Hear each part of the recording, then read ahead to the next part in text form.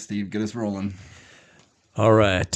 Summon the spirits of the Halloween spooky wookies. And here we go.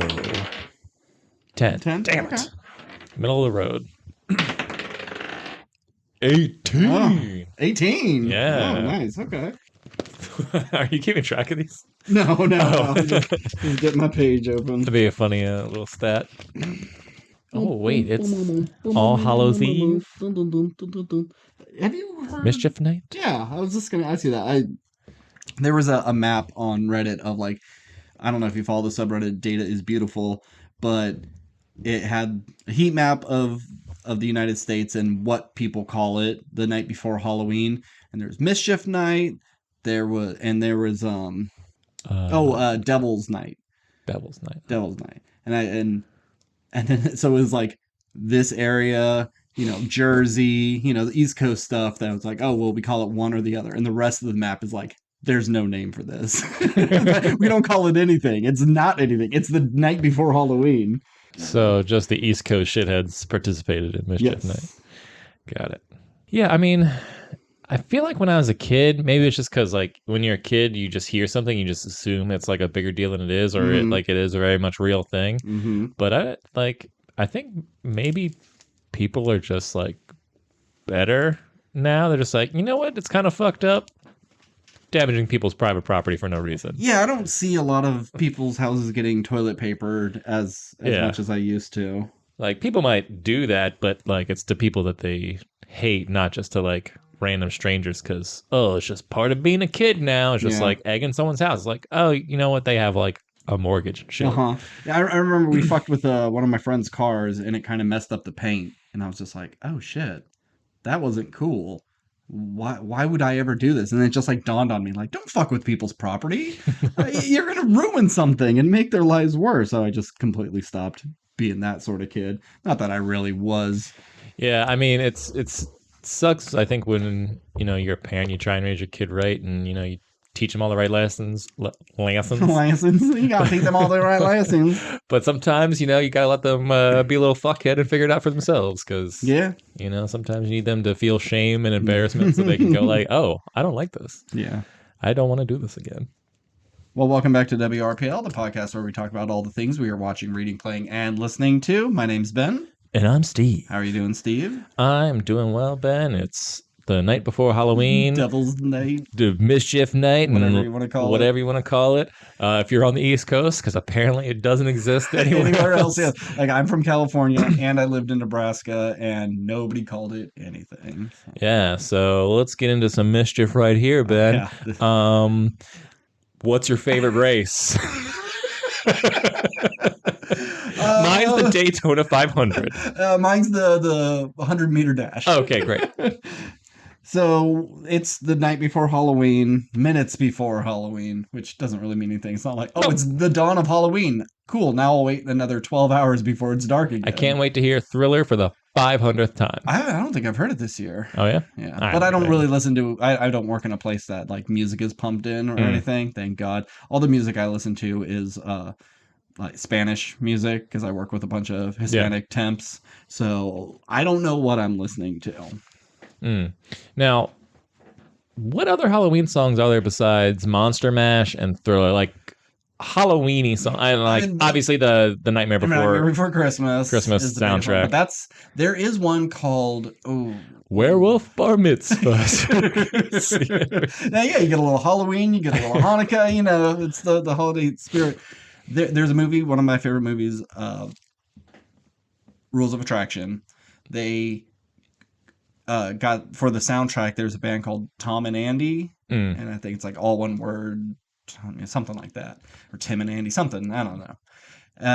And they said, we want you to make a song that could be like this universe's Monster Mash. And when I hear it, it reminds me of the movie, and I get the feeling, but it's not like a well-known song. Maybe if I can find it, I'll put a little clip in here.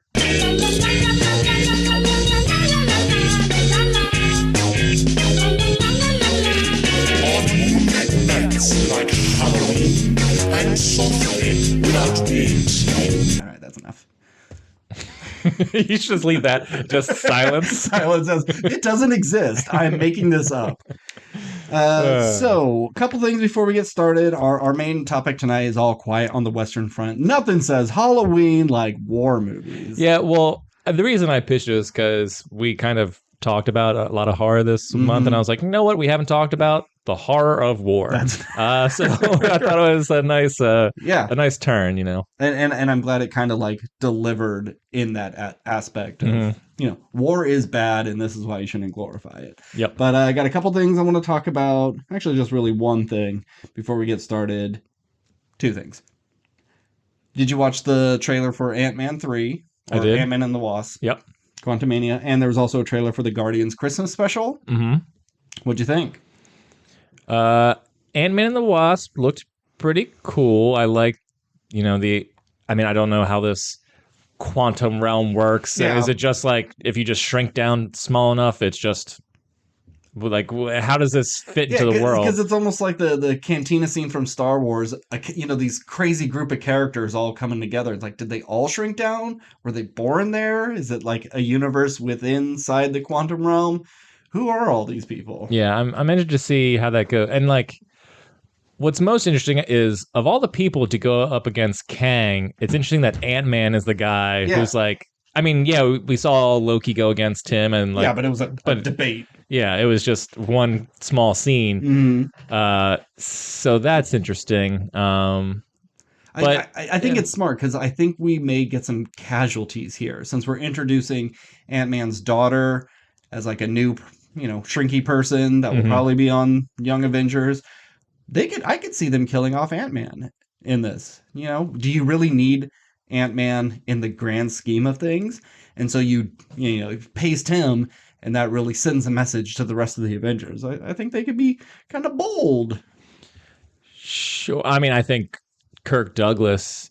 Anyone, some of them. Yeah. Michelle Pfeiffer's not doing another 4 of these. You can kill Michelle Pfeiffer. But the fact that she kind of just came back at the very end of the second one, I can see her, continuing on. But Kirk Douglas is just like, oh, well, since I'm the original Ant-Man, you can kill me off. And like I was in the first one, and it'll kind of mean something. But Hope, I'd like Hope to have her parents for a while. It's sad that Scott Lang's daughter would lose her dad again since the snap happened. But I think he's the most not replaceable. What's the word? Expendable. Yeah. I think that would be cool if they did do that, but only if he actually stayed dead and not do the thing where it's just like, oh, we're killing him, only to be brought back in the next movie. He died in the quantum realm, so we were actually able to extract you this way. Like, no, just time works differently in the quantum realm, and yada yada yada. But like, I can see like you kill off Kirk Douglas or whatever because he's just really old and probably doesn't need to. You don't need him anymore. And it's like, it can still feel effective, especially like maybe he dons the Ant-Man costume one last time and like dies a heroic death or something in order to save Scott. Like that could all work. I'm not going to speculate because I'm typically always wrong about these kind of things. But big fan of Jonathan Majors, and I'm looking forward to seeing what he does in this different version of Kang. And he's going to be in Creed 3, which I didn't see the trailer until I went to the movies recently. Jesus Christ, that dude is big. Holy fuck. Because pictures of him showed up on the internet, and they're like, oh, fuck. This guy's going up against Ant-Man. Kang is built. And I'm like, wow, damn, he's really huge for this. I didn't realize they were pictures from Creed 3. Yeah, okay, that makes a little more sense. But, yeah, the first time I saw Jonathan Majors in, I think the first thing I ever saw him was the Five Bloods, maybe? Okay. I don't know if that was before Lovecraft Country. Yes, it was. But Lovecraft Country was the first like big thing. I was like, oh, I'm seeing this guy again. And I was like, man, he's like pretty ripped in Lovecraft Country. I was like, good for that guy. And then I see the Creed 3 trailer. I was like I've heard of like people being chiseled in stone and like you could cut glass. Like I believe it on that dude. Like I've never seen a more ripped person in my life. Yeah. Super jealous. Like I saw the trailer. I was like, I gotta hit the gym. There's no way we could ever get to that level. Not that I would really want to, but it was impressive. Yeah. Anyway. So what about the Guardians? Don't care at all. Little little silly. To me, it seems like one of those, like, yeah, the Guardians are cool and all, but this this space bullshit is real expensive. Can't we just have like Guardians come to New York City and like, I guess. And then when you see them on our world and it's not a big battle like in Infinity War or Endgame, it looks silly. It looks cheap. It looks like just a person performing on the street. And I'm excited to see it because I want to know how their story continues and how this bridges into part 3. But I'm not like super stoked on this. Yeah. I mean, I don't really have much of an opinion on it. I agree. I don't really care. I mean, I don't even know if I'll watch it, but I said that like I guess it'll be more digestible for me than She-Hulk was. Like She-Hulk, I really like every episode. It's just a special presentation. Yeah. So if I don't know if it's 30 minutes or an hour, whatever it is. And I mean, I liked both Guardians movies. I like all the characters, but just doing like a Christmas episode and like them chasing Kevin Bacon, like I think a Footloose dance off at the end of the would be fun. Sure. But only if it's like really earned, and if it just seems like cheesy or tacky or whatever. It's like this is where the MCU is. They're doing a Footloose dance scene. I could see it like rubbing me the wrong way. Especially if it's like they're chasing Kevin Bacon, they don't catch him, and they're like, oh well, we tried, and then they're facing off at the end with whatever big problem. And they're like, how are we going to be able to defeat him? And then you just hear like, you mind if I step in? And then, Kevin Bacon! He comes walking out, and then... Wait, Ben, we can't afford it. Stop. But I mainly bring that up because James Gunn is now in charge of the DC cinematic universe.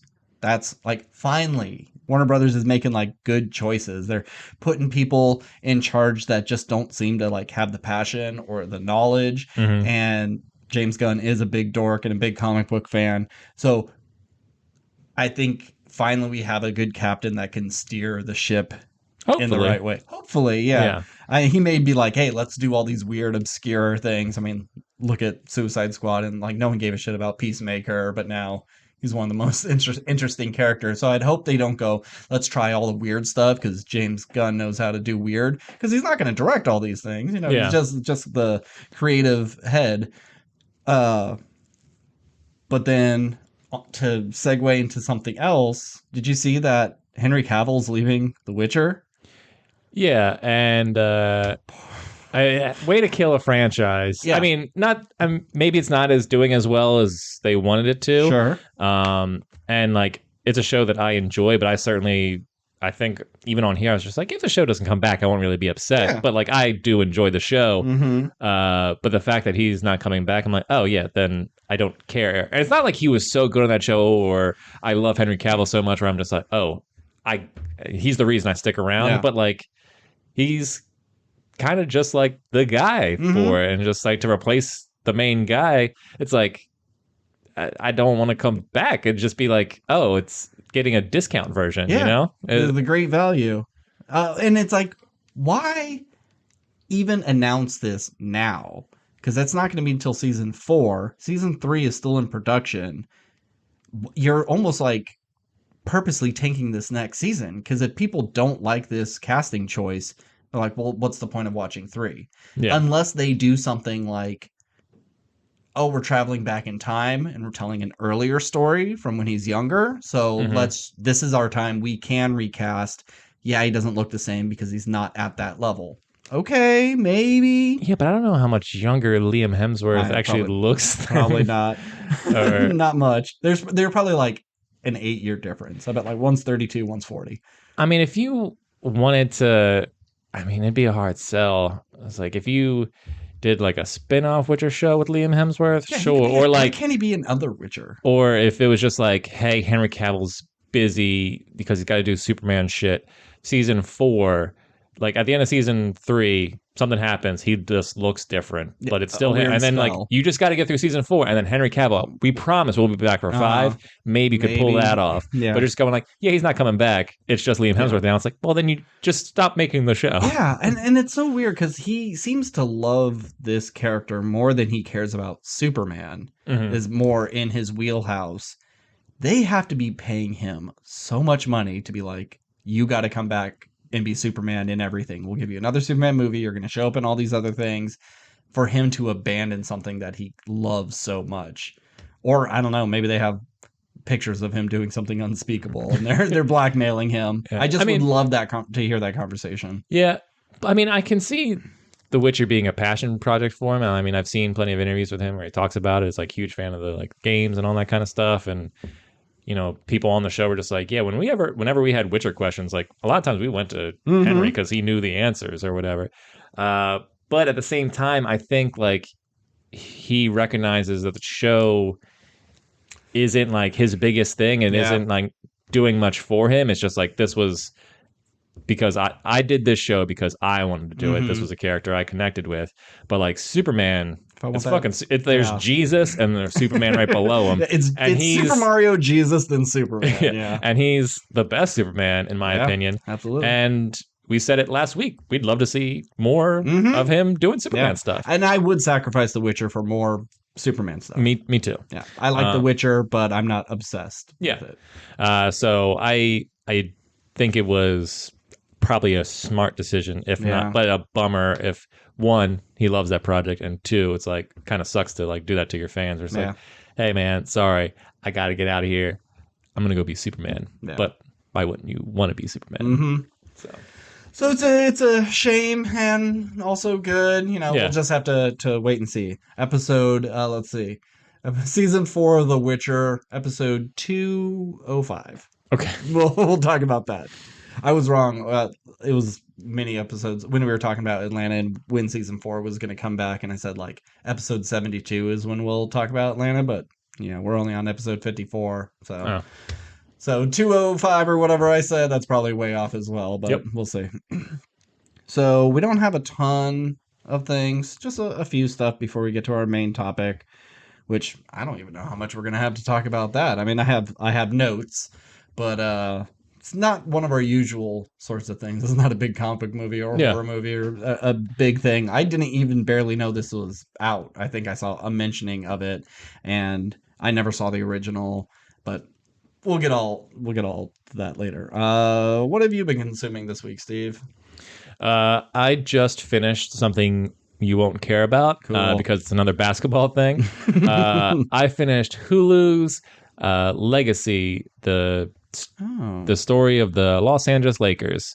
It's 10 episodes, like I said, on Hulu, and it's very much in the same vein as The Last Dance, the Michael Jordan documentary.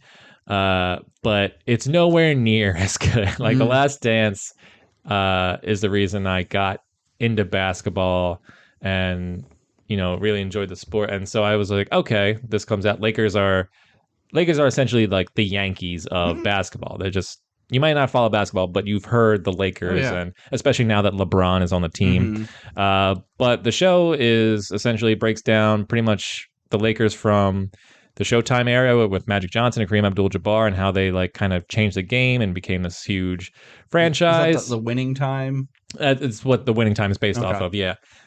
So that basically, the first 5 episodes essentially the Showtime era, and the next like 3-4 episodes are kind of like the Kobe Shaq era, and then like the final episode is just like LeBron being on the Lakers and winning the championship during the bubble and. You know, during all the social justice and all that kind of stuff. But although it's about the Lakers, it's actually more about the Buss family, who are the family that own the Lakers, and Jerry Buss, who now you know from watching the show, John C. Reilly's character. I mean, I didn't watch the show. Oh, I thought you... No, I told my friend I would watch it if he watched all of Atlanta, and then he did, and I had like no promise to actually following through with my promise, because I really don't give a shit. Fair enough. But I do know John C. Reilly was in it. So anyway, Mr. Bus, yeah. Mr. Bus, classic. Dr. Bus. Oh, excuse me. Yes, Dr. He went to bus school. He got his doctorate. He's working on Professor Bus next. So it tells his story, and it's told by his children and how they grew up in the organization, how they eventually took over, and the family struggles there, into like who's in charge and who was going to do what as they got older. So if you're a basketball fan, it's pretty interesting. If you're a Lakers fan, I'm sure you'll really dig it. But like if you're comparing it to The Last Dance, like The Last Dance is so much more interesting because it's like singularly focused kind of on Michael Jordan and what he did in the short amount of time with the Bulls, where this is just like, let's encapsulate 40 years of history into 10 episodes and kind of like talk about this family that owns it. Because the family it was produced by the Lakers organization and that family. So, which very much like The Last Dance was Michael Jordan producing his own. Like, it's interesting that we're getting documentaries produced by people about themselves. So like you kind of got to take everything with a little grain of salt, but it's all directed by Antoine Fuqua, who, Children of Men. What? Children of Men was Alfonso Cuarón. Spanish people. Anton Fuqua is a black man who directed like Four Brothers and Clive Owen's King Arthur. Got it. Bad movie. Other films. He's a very famous director in the circle. But I just want to shout out one episode in particular, which is the episode where Magic Johnson tells everyone he has AIDS. Very effectively done. And like actually kind of like it didn't make me tear up or anything, but I was just like, oh, like I'm feeling things. Like just seeing like a bunch of grown men like cry and be like, and just like the way he like came out to the media and just like, I'm dealing with this thing. I'm not going to play basketball anymore. And just like the way that hit was just like very effectively done in the documentary. More so than like Kobe Bryant's death, where like it cut to like 15 different people and they're all crying. Like everybody was so close to Kobe Bryant in this documentary and had such a big effect on basketball. So pretty well made. It's not going to be the next Last Dance or anything. I haven't heard anyone talking about it at all, but if you're a basketball fan, check it out. It's worth a watch. All right, cool. I finished a show on Hulu. It's called The Patient. Have you heard of it? I have heard of it. My wife just started the show. Oh, okay. Well, I won't do any like major spoilers or anything. Are you going to watch it with her? No. Okay. No. Well, maybe I'll let one slip. So it's on Hulu. Steve Carell is a Jewish man who's had family problems. His wife died, and his son has kind of become a Hasidic Jew, which even like your everyday Jewish person is like, these people are a little nuts. They're a little too strict about all the rules. And so there's a fracturing of their relationship. He's also a therapist, and he's written a book. And done pretty well for himself. He starts seeing a new client named Sam, played by Donald Gleason. And he's really standoffish at first, not really opening up. And he realizes that, the Sam character. So he kidnaps Steve Carell and chains him to his basement and is like, you know what? You're right. I can't be open in your office. I feel safe here. Now I can tell you everything. I like to kill people. I have this rage that builds up. These people, they rub me the wrong way, and I have to kill them. And he doesn't do anything weird. He doesn't like molest them or eat their body parts. He just kind of like gets them into a back alley and strangles them to death and then leaves their body somewhere. And it turns out like his mom is in on this, not in the killing, but she is aware that there is a man trapped in their basement. And she's just like, my son needs to get better, and you're the only person who can help him. So they're only 22-minute episodes. They go by relatively quick. It had a little bit of a rough start. I felt they were too short. Like it really could. This show could have been condensed into one movie, but it's just every time it starts building steam, the episode was done, and then you had to do it over. But by the time you get to episode 4, it really kind of starts rolling, and Steve Carell's great in this. He really is like calm when he needs to be and panicked when he needs to be. Since he's down there for such a long time, not like years or anything, but for a while, he starts kind of psychoanalyzing himself. And so you see within his head him talking to his old therapist, played by David Allen Greer. Oh, And okay. yeah, Nice. and just kind of like working through his problems of how do I get out of here? This guy's so much stronger than me. Yeah, maybe I wrestled in high school, but I'm an old man. The moment I do anything, he's gonna, kill me. What are my steps? And the only thing he could do is he's gonna therapy the shit out of this guy. And he's really good at like just being open about things, because it comes to a point where Sam is saying, yeah, I don't think it's working out, I'm going to see a different therapist. And he's like, well, I know what that means. You're going to see him, and what are you going to do with me? You're going to have to kill me. And we both don't want that. You like me, I like you. And he just like is very open about, the elephant in the room of, you know you can't just let me go because I'm going to rat on you. But Real quick, yeah. was it established why Donald, how do you say his name? I think it's Donald Gleason, but I like to say Domhnall Gleason, even though I don't think that's right. Either way, Donald Gleason. Donald Gleason. Did they say like what made Steve Carell so like why he was just like, you're the guy to cure me, or was it just like, you're the first therapist I went to, I'm gonna give this a shot? No, he just like trusts them. He had seen other therapists and didn't have a bond. He really enjoyed his book and thought, this is the man for me. Okay.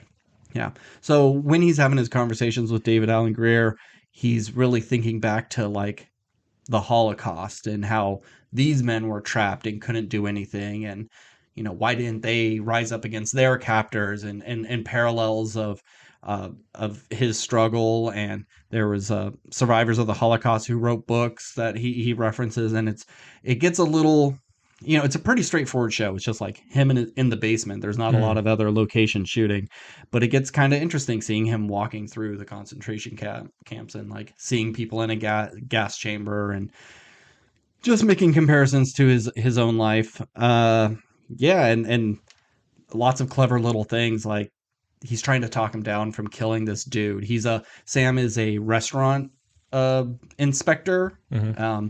and he's a big foodie guy. Like he keeps bringing Steve Carell like the best meals that the city can offer, not just like, oh, I got you Chinese food. He gets like this stuff you've never heard of, and they talk about like, well, say what you will about my situation. The food's pretty good. So Honestly, if I was gonna get murdered, that's probably like the number one thing like, I want. he's not like in a gross basement. It's a nice furnished thing. He's got a bed and a little pot to piss in and stuff. No TV though. That's like, Ugh. come on, man. You're Just going, kill me you're already. going at work, and then we do our therapy. You gotta let me have some stuff.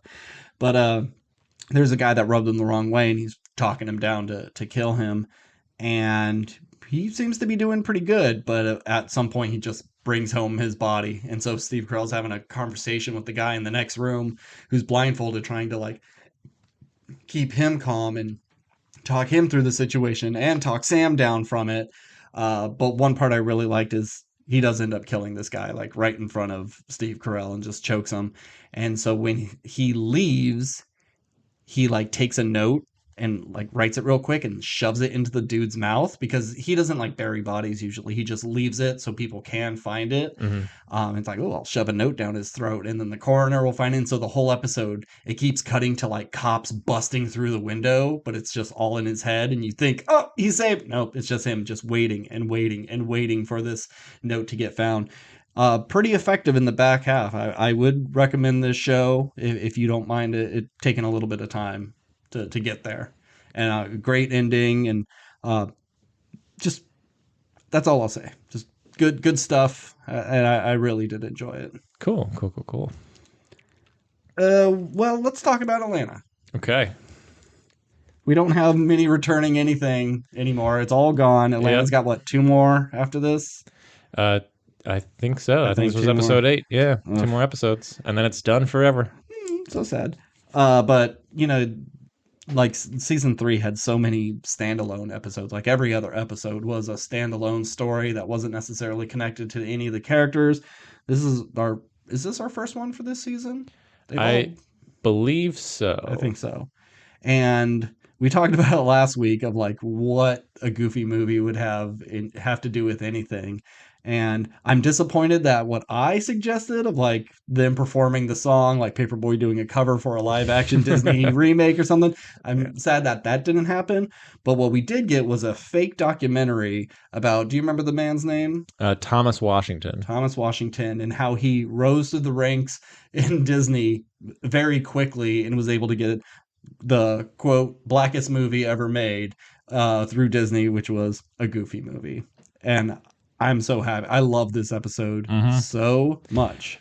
After like the whole time I was watching, it's like I wonder if this is Donald who directed this, or if this was Hero or whoever. And I was so happy to see it was Donald, because I was like, if I don't know if this would be like the Emmy-winning episode, but like I could see him submitting this, because this is clever and important to him. Clever filmmaking at its best. I was confused in the beginning because it plays it so real. I was like, I believe everything that is happening.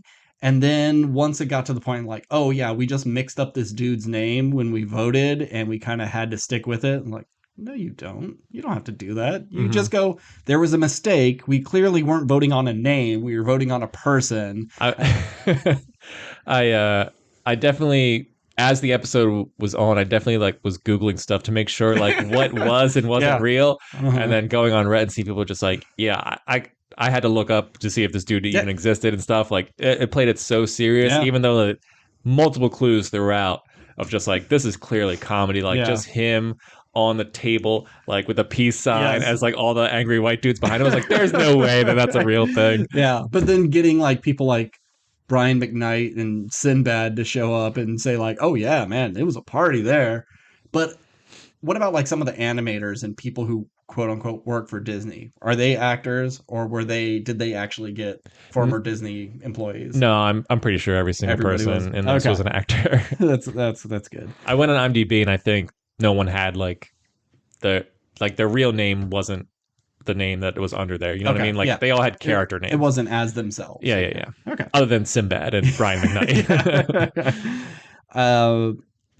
There's a lot that happens in it, but the main thing I want to talk about, it made me laugh so hard because I wasn't expecting it. I think I know what it is. Yeah. But so the guy who has created Goofy movie has kind of had a mental breakdown. He believes he is Goofy. They butchered his movie and he's like driven into a lake.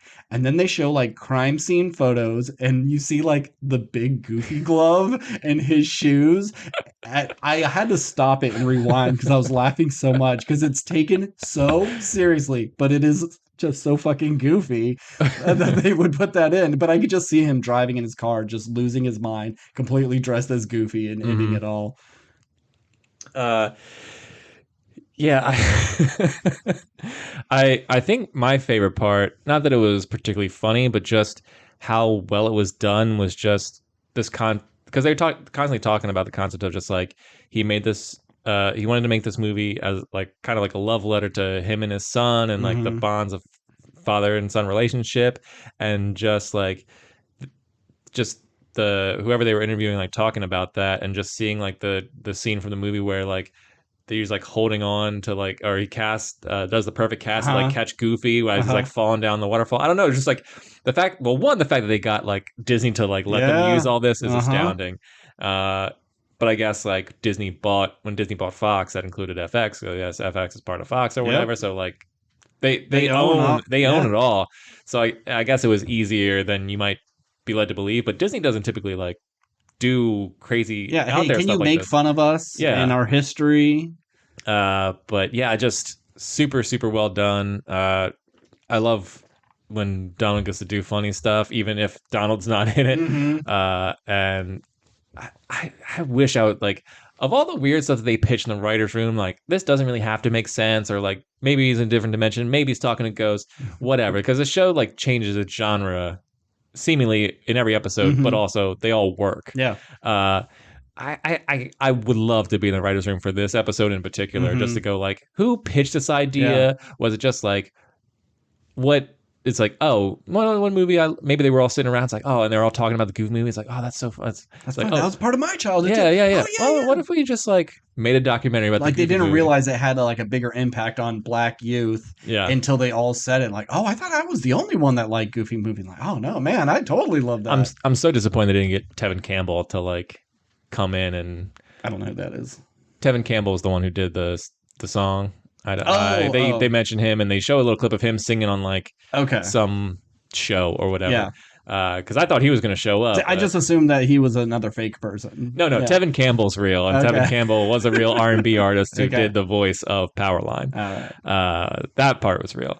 So I was just waiting for him to show up. So I was bummed Yeah. that he didn't. But yeah, just weird to make it episode 8 going into like after an episode that was so like small and simple and like honest and heartfelt to just this weird thing. It was just like, I guess it's the final season. Fuck it, who cares? We can do whatever we want. Because the last 2 will be them. The next one, I'm sure, will be them moving to LA. Or no, actually, that'll probably be the final one. Yeah, that's what I meant. Their goodbyes. Yeah. Yeah. So we got to get a Darius episode. A Darius episode. It's got to be the next one, right? Maybe. I mean, I could totally see them talking in the writing room like, well, you don't need to give this character an arc. He doesn't really like go through things that way. Everybody else learns lessons. He's already learned everything. Yeah, if you told me in the final episode that he was like an angel this entire time, I'd be like, yeah, that makes sense. He was just some omnipotent being who just like hangs out with these two, I guess. Yeah, just really into sneakers. All right. Anything else? I don't think so. If you haven't watched Atlanta, go watch Atlanta. It's one of the best shows on TV, and it'll be a super quick watch for you. 41 episodes by the end of 2 weeks from now. Yeah. You have nothing else? I don't think so. Okay. I think I do, but I don't remember what it is, so forget it.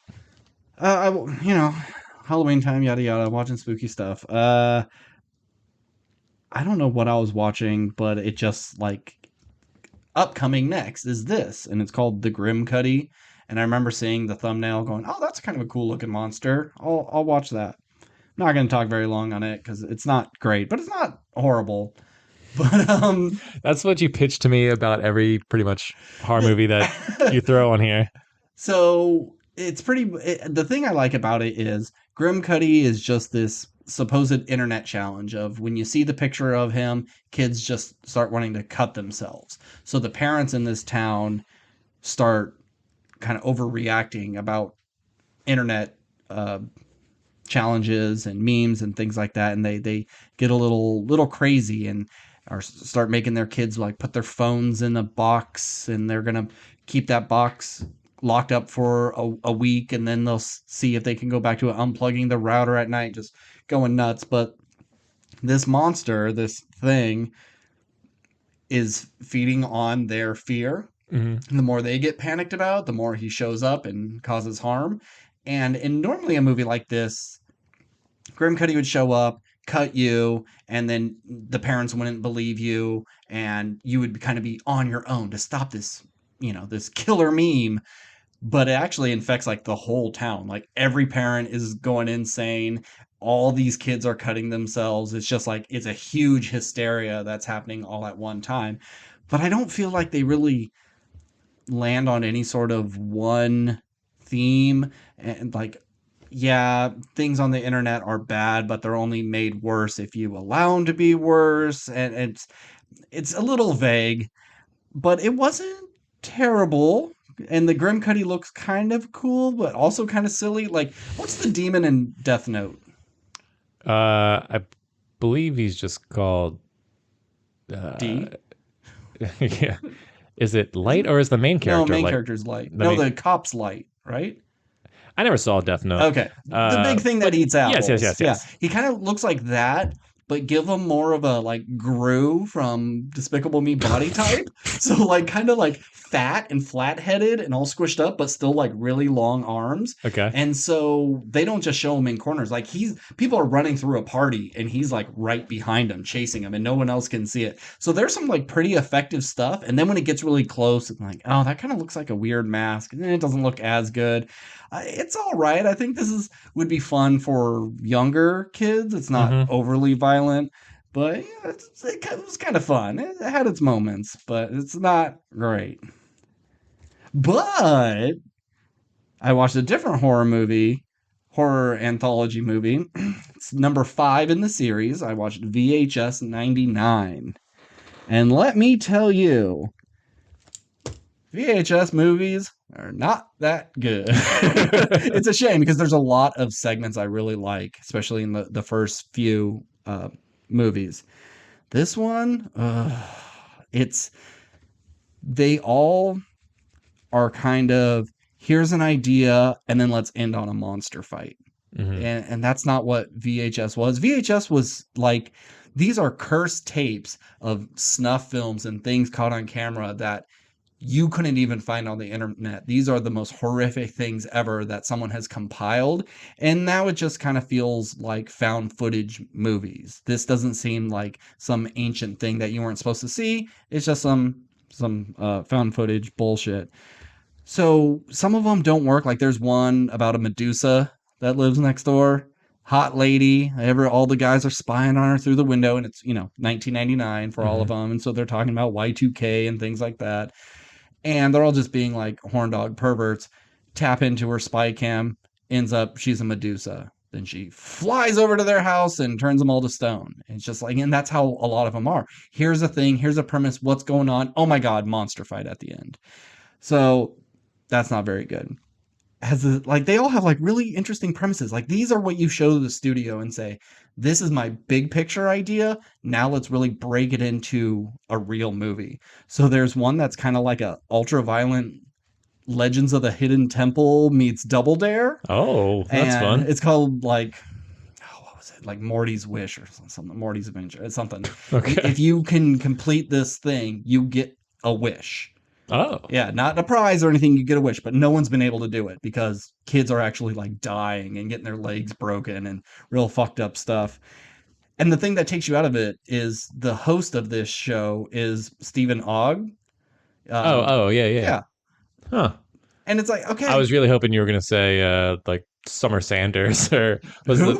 Oh, Scott Summer? No, what was his name? Or well, Summer Sanders was the host, but maybe I'm thinking there's someone Summers did Double Dare. Yeah, but that's who I was also thinking of. No, so it's him, and it's like, oh, it's that very famous actor from Better Call Saul and Broad City and all types of things that I know. This isn't some cursed tape that I'm watching. This is a movie. Yeah, because all the other ones, I don't know who the fuck these people are. They're just kind of just actors. So that was a little bit of a disappointment, and it was like, a girl tries to get through, her leg gets broken. So then years later, her mom rigs up like a death trap kind of version of the obstacle course they go through in their basement and kidnap Stephen Ogg and make him go through it. But instead of the like poopy diaper that's filled with pudding, it's actually like real shit, gets through like real bad stuff. And so then when they get to like, he tells them like, I can get you your wish. I know where they're stashing Morty because he's this weird alien thing living in a cave that can grant your wish. And then this thing comes out and kills everybody. It was so like, oh, this is a cool idea of a hardcore Legends of a Hidden Temple, and then an alien attack and everyone dies. Like, fuck, here we go again. It's just another monster attack at the end. So this is probably second worst. I think VHS Viral. No, maybe it's third because I didn't love 1994 either. I don't know. After 3, they're all kind of iffy. But there is one that I really liked. Oh, okay. And it was a girl. She's recording she's pledging to some sorority, and she's only pledging to them. It's called a suicide pledge. You got to pledge to a bunch of them because your first one's not going to take you. Where are you going to go? She has to go to them. So they take her and they're telling her a spooky story. Like, if you want to be part of our sorority, you got to do this thing that happened, years ago to prove you're one of us. And they put this girl in an open grave in a coffin and she had to stay there for 24 hours. And then when they went back the next day, the body was gone, and they say she haunts this place to this day. Ha ha ha. So they put her in, they give her a camera, and they give her a little box saying, when you're the most scared, open this box. And there's also one of those little cords that you can ring a bell. And she's only in there 5 minutes and she's like panicking. She's ringing the bell and they're all just standing around the open grave. They did throw some dirt on it, but not like completely rebury it. And they're just being kind of shitty and laughing at her. So she opens up the box and it's like filled with spiders. So now she's trapped in a grave with spiders. I had a feeling it was going to be terrible. Yeah, it's a fucked up thing. But then cops show up. Oh, it starts raining and they're all dancing around and the cops show up and they're like, oh, fuck. If they see that we're doing a hazing ritual, we'll get expelled. So they like take the bell off and they leave. And it rains and rains and rains and it's just like filling up the grave and it's starting to leak through the casket. And the casket has a little crucifix see-through glass part on it. And then of course the ghost of whoever that lady was like shows up and is like her big goofy skeleton mask is all ooga booging at the window. And of course like breaks in and is like screaming at her and it's really spooky. And it ends up the other four girls, they wake up. Well, they come back to the grave and the water is like all the way to the top and they dive in. Like the casket's empty. Fuck. What are we going to do? Let's just never mention it again. But the first girl made a deal with the ghost lady to kidnap them to give 4 souls in exchange for her. So now they are all trapped in it. It's very coincidental that they all had cameras and they were all able to capture this like super real footage. But it's a good little concept for a I Know What You Did Last Summer sort of a story, Sorority Row, one of those. But all the rest of them are just kind of like meh to bad. And I don't really recommend it except for that second story is pretty good. Do you ever see any of the VHS? No, I never cared to. Okay. Well, no, that's not true. I think I did watch one with you. There was, I assume it was the first one. I think it was like there was a portal involved that a guy was building in like a basement. There was a skateboard one. Oh, that's 3. Yeah, oh, that's 3. That's okay, I saw some of those with you. Ooh, I'm sorry. That's not a good intro to the I think you were just like, there's one really good one in here, so we have to watch all of them. I couldn't even tell you what that good one would be. I'm not sure. Yeah, but I hope they keep making them. I know there's another one on its way, but I hope they go back to being a little more realistic. Some of these have visual like CGI, and you could add as many filters as you want to make it look like a crappy VCR. I can tell when a broken arm is not a real broken arm and it's just a floppy CGI effect. So I hope they go back to some of the more like horrifying, gruesome things of some of the other stories, because these are a little too polished to be believable. Yeah, and you're a sick fuck, so.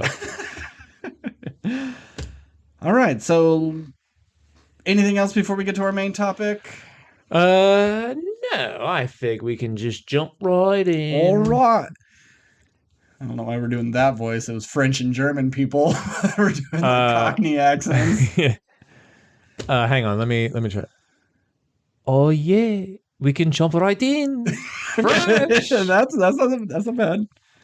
So, All Quiet on the Western Front it's a German-made film, which confused the hell out of me because I just assumed, there's an original version of this, and there was like a 70s remake. There's like a 40s one, a 70s one, and this one. I just assumed this was an American remake because why wouldn't we remake the classic? When I saw the trailer, I thought it was. Yeah. But it's not. And I'm watching it. And my Hulu's been messing up that it will get out of sync. You mean Netflix? No. My Hulu's getting out of sync. So like watching The Patient, all the audio is like 1 second ahead or 1 second behind. Weird. And, yeah, but since it wasn't a big deal, so I just put up with it. But all you have to do is kind of like rewind for 10 seconds and let it reload and it kind of syncs up. So then I'm watching Netflix and I'm like, fuck. My Netflix is out of sync. Why is this? Why everybody's voice sounds weird to their mouth? And then I'm like, oh, they're speaking German. I'm stupid. I mean, they're speaking English at points, but yeah. So you watched the dub? You didn't watch the subtitles? Of course. Okay. Yeah. I I decided to watch it subtitled. Oh, okay. It's like, I not that I was against. It doesn't matter why I chose it. It's just like I was like, no, what I'm gonna watch this in the way the original, the director, how he was the way it's meant to be seen. The way it's meant to be seen. Yeah. But I'm wondering, would I have gotten something else different out of it if I watched because I watched like the first minute of it in dub, and I was like, oh, this dub seems pretty good. But I was like, I'm gonna go to the subtitles. Did you ever see the original? I did, and I own it actually. Oh, okay. But I haven't seen it in 10, 15 years or whatever. I remember really liking it, and I think I got it because it was like in a discount bin for like $5, and it was like one of the first like Best Picture winners. It was like from 1930, and they're like, yeah, it's still a great war film. And I remember there being like certain shots, and I was like, oh, for like 1930s, like this is actually pretty good. And I have read the book, but once again, that was also so long ago, I couldn't tell you anything that happens in it. So like going to this, I was pretty much blind as to like what it was doing. So once the movie was over, I did go on the Wikipedia for the book to see like how different it was, and it's pretty different. Yeah. Well, I guess that original. Are you saying the original is pretty different from the book? I'm saying this is different from the book. I don't remember if the original movie is. Because I did see like this is closer to the book than the original movie was to the book. I could believe that, but we'll get into it.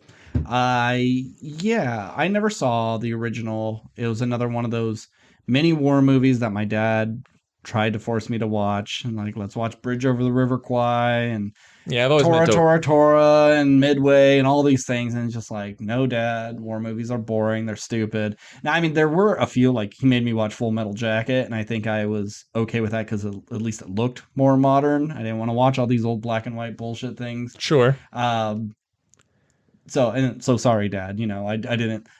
Your love of like John Wayne. You just don't like war movies in general. You just don't like war movies that are old. I don't like old movies generally because it's that transatlantic talking, and nobody sounds like they really do, and it's phony to me. And I don't like war movies. I like the action aspects of war movies, but war in general, like in real life, in practice, is really fucking stupid. And people just throwing bodies at each other just for land territories and pride. The war is the dumbest fucking thing we've ever invented.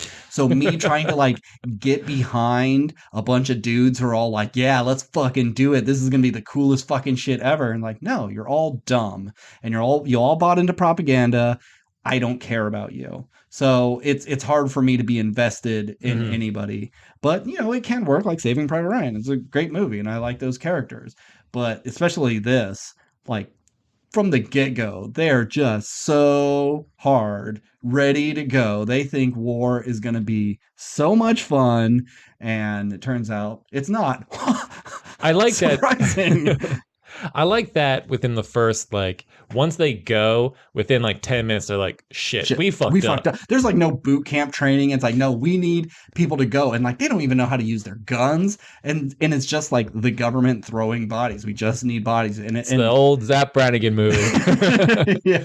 And it really shows at the end, like we got 20 minutes till the war's over, but we have to fight anyways. Well, we'll get to it. We'll get to it. So, I mean, do you have a favorite war movie? What's your relationship with war movies outside of what you had just explained? Is there anything that like, do you pretty much just avoid them or? I pretty much, yeah. Okay. Like, especially more modern ones like your Pearl Harbors and your remake of Midway and stuff. They look like Hollywood bullshit. And it's like, oh, I can tell this probably isn't even factual and it's going to be just propaganda. So I avoid it mostly. And I'm just kind of sick of it. There's just so many Vietnam, World War II movies that what else can you do? So I like that this was World War I. I don't think it gets as much coverage as other wars, but it's interesting because World War II is like, that's the big one. That's the cool that's one. That's the big one. That's the cool one.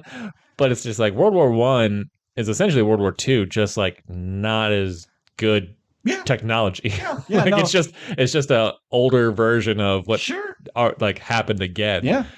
Which is interesting. I don't know enough about history to like really go into detail, but it's just the fact that there was 2 world wars essentially by the same powers that were just like, Just we so did this close like to each 20 years other. ago, Yeah. guys. We're gonna do this again, and we're just like, yep. Here we go. Well, this time we got a real charismatic leader. This dude from Austria. He's going places. Hell. Yeah. So I don't love war movies, but so when I do.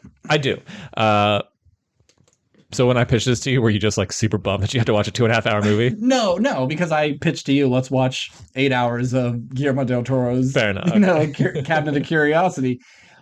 So it let me off the hook of having to make sure I watched 8 hours of that. And it I make you watch a lot of dumb shit all the time, so it wasn't that bad. And I kind of wanted to watch it just to see, okay, this is going to be like Midway, where it's going to be a bastardized version of the original movie, and it's going to be so fucking slick in Hollywood, because I thought it was an American-made thing. So I was really kind of watching it so I could clown on it. But I'm glad that we did, because, I was pleasantly surprised with this. I for once, I wasn't like on my phone the whole time. Yeah. I was actually invested, even if I didn't really care. But yeah, I wasn't too upset that we had to do this one. Okay. Cool. Well, first, I really enjoyed the intro scene, because once again, that was another like. Yeah, first thing on my list of my notes. But also, it's something that I think I've seen maybe once in a video game, but I never seen. I don't think I've seen someone kill someone with like an army shovel that they had. Okay. It's like, this is what we dig with, but it's also like a hand-to-hand combat weapon, which I just thought was like so cool to see. Yeah. So that was fun. But that's not what I was thinking you were talking about. Oh, no. Okay, we'll go. What were you going to say? So from the beginning, we see people collecting boots and clothes and guns and sewing up the holes in it to give to the next thing. And I've always thought about that, of the resources lost when it comes to war. And you look at something in a medieval time, and like how much effort it takes to make armor and swords and to manipulate metal with just like open flame. That takes a lot, and you're not going to just let that rust out. And we never see them picking up the pieces. Like I think we've seen in Game of Thrones of like people robbing from it, take someone's ring off or whatever. But yeah, you really would need to be going back and go like, collect all those swords. We'll sharpen them up and give them to the next lot, because they're not disposable. I'm glad we actually got to see that in war. I think more modern war, we just let shit rot. We don't care. Everything's disposable. But back in the day, and even in World War II, there was like metal shortages and stuff. It was really interesting seeing them having to like just take a dead man's shirt, patch a hole, and give it to the next guy. And then when they're getting their uniforms, they're like, oh, this already has someone else's name on it. Like, oh, oops, sorry about that. Rip it off, and there's a pile of them on the ground. It was just something different that I haven't seen in a war movie. I thought that was pretty cool and effective. And but the only thing I thought about when that sequence happened was just like, how do they get all the bloodstains out? I would think that, like, especially back then with like out the technology that we have today, the like stain fighting power of shout, Yeah, like I just thought like, oh, this must be really hard to get out, unless like those specific cloths were like kind of easy or like designed to like soak. No, they probably just like bleach the fuck out of it, and it was probably a stronger material that it could handle the harsher chemicals to get that stuff out. Then we start making softer, nicer, more comfortable clothes, or maybe just like the clothes underneath are the ones that really soak everything up, and that overcoat might just be like the main thing that they recycle. Sure. Anyway, so then what happens? So then we cut to our friends, and they're all just like, can't wait to stick it to them Frenchies or whatever. I'm gonna like, war's so cool. I'm gonna forge my parents' signature because no one's gonna check. And like these poor parents, that main dude's family, like we get no contact with the family. So he just like, they just sent him off to school, expecting him to come home after school, and he's been sent to war. So it would have been nice to see them like weeping, like, oh, my boy. And they said that the reason they like signed up was because their teacher gave an impassioned speech about what it means to like fight for the fatherland or whatever. It's just like, it's just it's not that the movie goes into detail about it, but just that simple line of just going like, look how impressionable children are. Mm-hmm. And it's like, oh, they're so excited to like fight the bad Yeah. guys. And almost none of them come home. Yeah. And uh, I like, it's perfect propaganda if you get the right person that can just make an impassioned speech. mhm. The kid's putty in your hands. But one little detail I loved about that opening scene, the guy's making the speech and he's like waving his arms around and getting like a little too energetic for it, and they start like giggling to each other. And it doesn't like add it doesn't like take away anything, and they're not called out on it, but it's just a very simple childhood thing of like going to an assembly and giggling with your friends when something funny happened. And it's just a nice little detail of oh, look, they're just friends and they're just making fun of this guy, even though they're diehard, believing in what he has to say. Right. And then we're off to war. The group are all excited and they get in the trenches, and it's muddy and gray and bleak and it's rainy, and it kind of sucks. And and it's so dirty. Like I'd like to applaud the makeup team for this movie, even though really you make a mud puddle and you throw them in it, and that's probably good enough. There probably wasn't too much fine detailing, but this mud is disgusting because it's not just like brown mud. Like you could see grays and greens, and like there's probably shit in this, and it's just an awful, awful situation. Yeah, there's a sequence about midway through the movie, which we'll get to, where I was just like, one, he looks like a monster because of like the mud that's like caked, that's caked on him, but also just like they are like, there's some gross stuff in this outside of like the war aspect. It's just like these people must have been eating mud for months. Yeah. Just how much like mud is caked onto them and stuff. It's just like it must have been unavoidable, even just though that underneath every nail. Yeah. And like I bet like foot rot was a bad thing because you're not taking your boots off and washing your feet and putting on fresh pair of socks. You're like living in this. Yeah. And I mean, maybe it's just effective filmmaking, but this seems like the kind of thing where I could see like, oh, if like, young Matt Damon was in this or whatever. I don't know why I picked him because of Saving Private Ryan. Yeah. Just any actor, really. If this was like a Hollywood production, they would have been like, yeah, we did boot camp training, and like, oh, the shoot was real hard because we were actually stuck in those trenches. And it's like, it really felt like we were at war. It's like, buddy, you were drinking Starbucks in the corner. It's like, but if you told me like all these actors, like, yeah, I was sucking mud for like 6 months or whatever making this film, I'd be like, yeah, I'd believe it. Yeah, no, we actually put on a real war just to make it realistic to put them through this. That's how German we are, guys.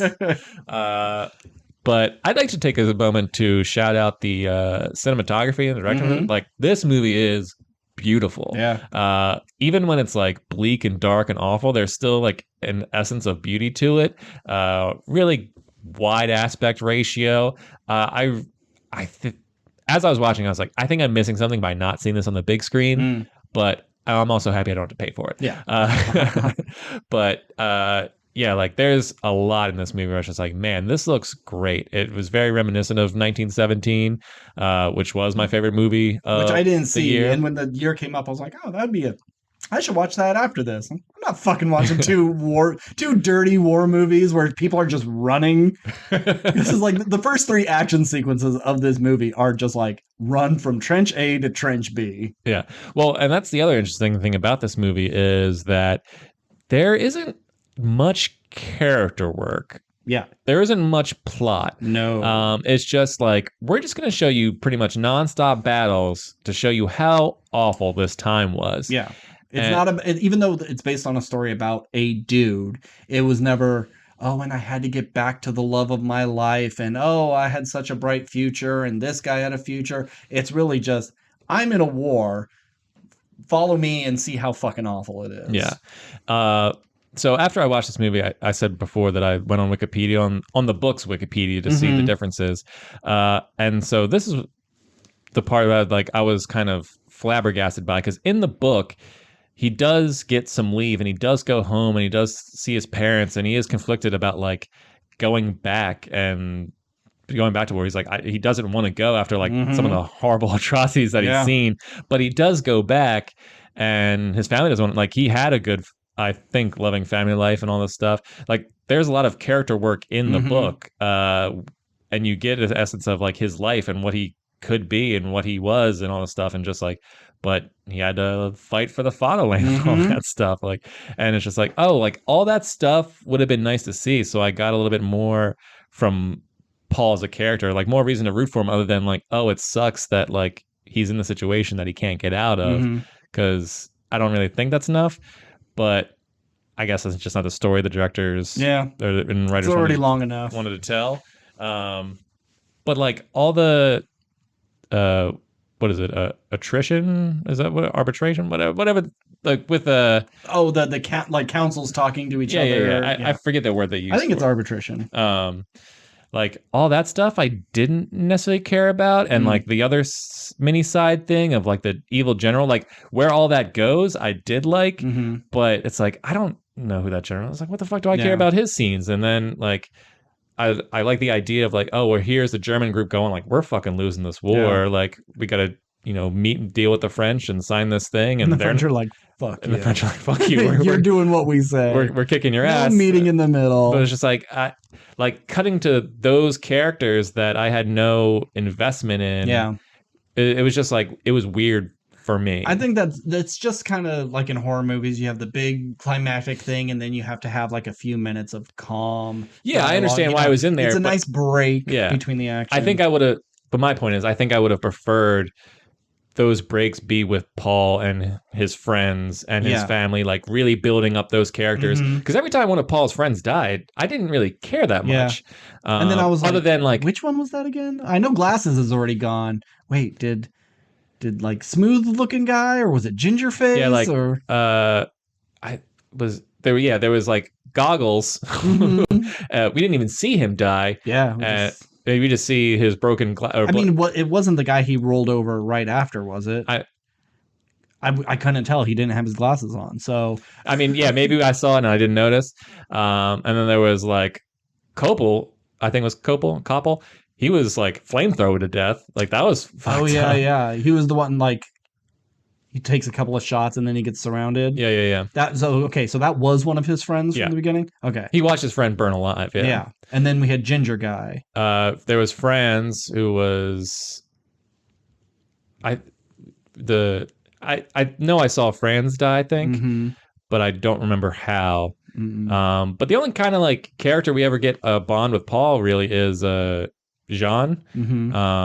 And like I liked that segue at the end where there's like that farm that they robbed earlier is like the little kid got him. It's like that's like all the ending stuff I really, really enjoyed. Like them finding that big pile of bodies or whatever because they couldn't get their masks on. Like I feel like that was supposed to be like, Shutter Island horrific. Like, I mean, obviously it's horrific because you just found like 100 people in a room all dead. But it didn't really mean anything to me as I was watching it. It'd be like how undertrained they are, and they took their masks off too early, and what a waste. But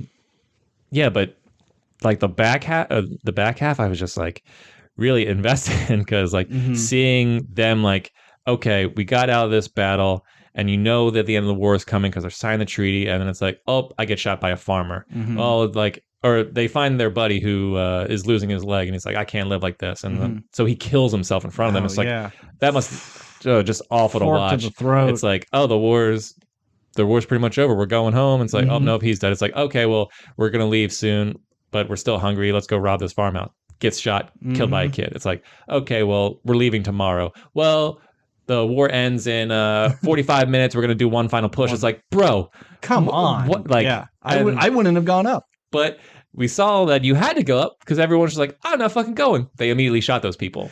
Yeah, but that was more of in like we're making an announcement and we have to make an example of you for not going. When you're actually in the trenches, I think it would be a different story. You're saying you think you could slip away? Yeah, it'd be like, everyone go, go, go. And I would like maybe get up and then lay down and I'm just dead. 45 minutes I could pretend to be dead. I'll hide under corpses. I'm that coward. Yeah. Or like you just kind of I guess you just stumble and I got shot. Yeah. Or you like oh, I hit my head on a rock. I knocked myself Or out. I'd be at the ladder and my general guy's like, you better fucking move. And he's getting a butt of the gun to the face. And I, fuck you. We got 45 minutes left. It's almost summer break where you're not going to give us homework. Come on. But in terms of like the story and the character, at that point, Paul was like, I'm ready to die. I've lost every single friend. He's like, he didn't care if he lived or died. And then he do. And then he did, which I couldn't remember if that happened in the book or not. And, he does die in the book. He wrote the book, didn't he? It's not a true story. The book? Yeah. Oh, I thought the book was based on a true story of a real guy who... Nope. It was, well, the guy who wrote it, I think, did serve in World War I, and he just wrote this book as a, like, this is kind of the stuff that we went story through. Of a real historical it was all fictional. Got it. Maybe based on real people, but all fictional. Because that'd be kind of funny. Like, I don't know if he died or not, but he did write a book about it. And I like that they killed the main character. Because you don't really, there's always someone who gets out. There's always someone who survives. And I guess like that's the young kid who showed up for like the last 15 minutes of the war. Yeah. Which seems like a weird thing. Yeah, hey, they needed bodies. Yeah. But those guys are so fucking lucky. They did one trench run and then the war was over. Yeah, and now they can go like, yeah, I served in the war. I was storming trenches, getting pussy for the next 100. My friends were dying all around me. Yeah. Man, if he just would have stayed home, he could have cleaned up. I was thinking about that. Like, every young male in your town wants to go to war. You stay back. Especially because, like, all the other dudes are dead. They're all dead. You have your pick of the litter. The ratio in Europe of men to women must have been insane at that time. All the cowards got laid hardcore. But speaking of getting laid. Okay. They're on their break time. There's there's a ceasefire at the moment, and some sexy farm girls come strolling by, and they're all just like waving at them. And Gingerface goes like, "I'm getting the fuck out of here." I was like, "Wow, someone had the right idea." Because as I said, I'm a coward. I would fake an injury. I would go AWOL. Fuck this. You're not gonna have me. I was very sad that he came back. I get it. You kind of have to. Yeah. But I'm glad he went off and just like had a roll in the hay with the dairy girls. But I felt bad for the other guy who was like, "Take me with you." And it's like, fucking go, man. There's 3 of them and it could be 2 of you. Just go. But he was like too scared to do that. He could be in war just fine, but he was too scared to talk to a woman. Poor guy.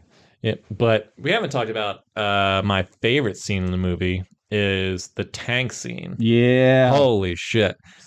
So it starts, hold on, but it starts off like they find like this, they get to the next trench and they find the French's like food storage and they're just like shoving their face full of stuff. And I could only imagine after like sucking on grit for months and months, just honey and sausages and stuff. That would have been like the most wonderful experience ever, only to be ruined by tanks and flamethrowers. Yeah. Well, and it like that whole scene played out like a horror movie, which I thought was like really cool. Or just like it was very much.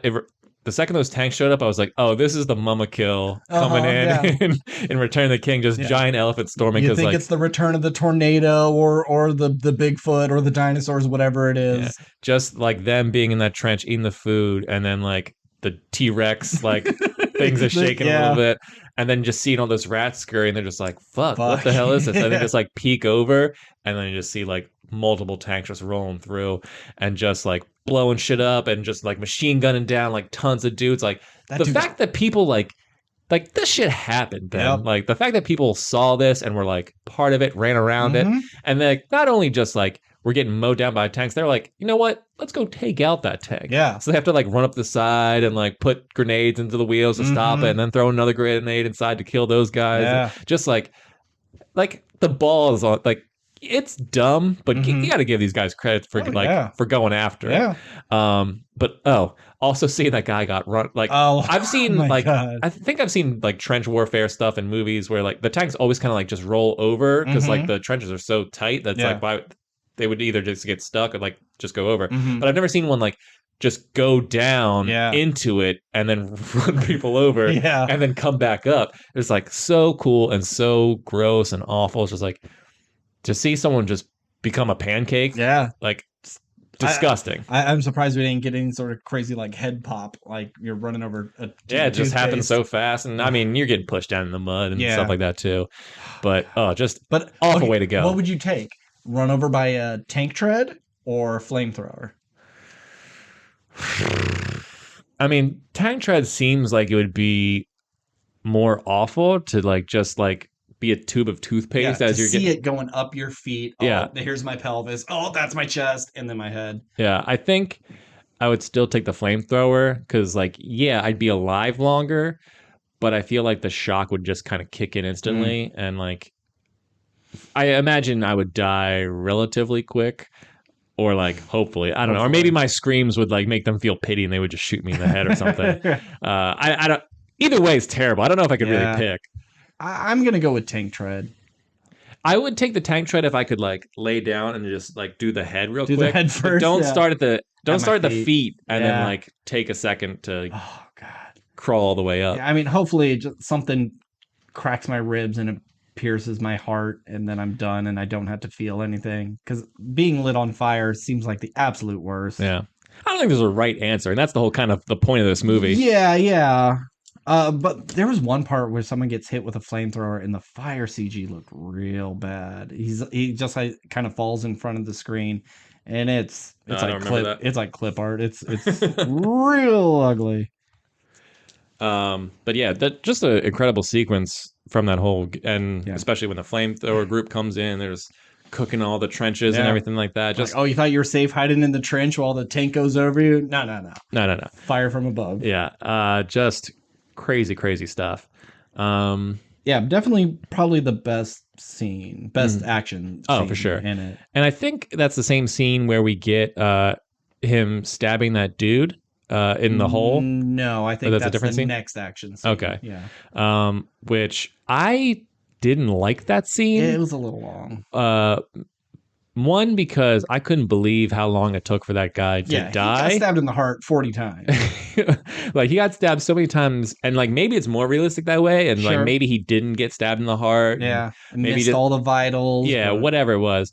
But it just went on and on and on, which I know is like kind of like, so it's supposed to, like, this is a horrific aspect of it. It's like, I stabbed you, but that doesn't mean you die instantly. Like, so many, like, we watch movies where people get hit with arrows and they just fall down, they're dead. It's like, people get hit with arrows and then they die over like hour periods of time. Like, they don't die from the piercing, they die from the infection.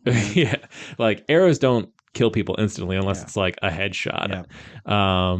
But the guy's making noise, so he like tries to put dirt in his mouth to choke him. That part drove me insane. Just fucking choke him. Or there's a puddle of water, you pick him up and you throw him face down in it. He's not going to be able to pull himself up.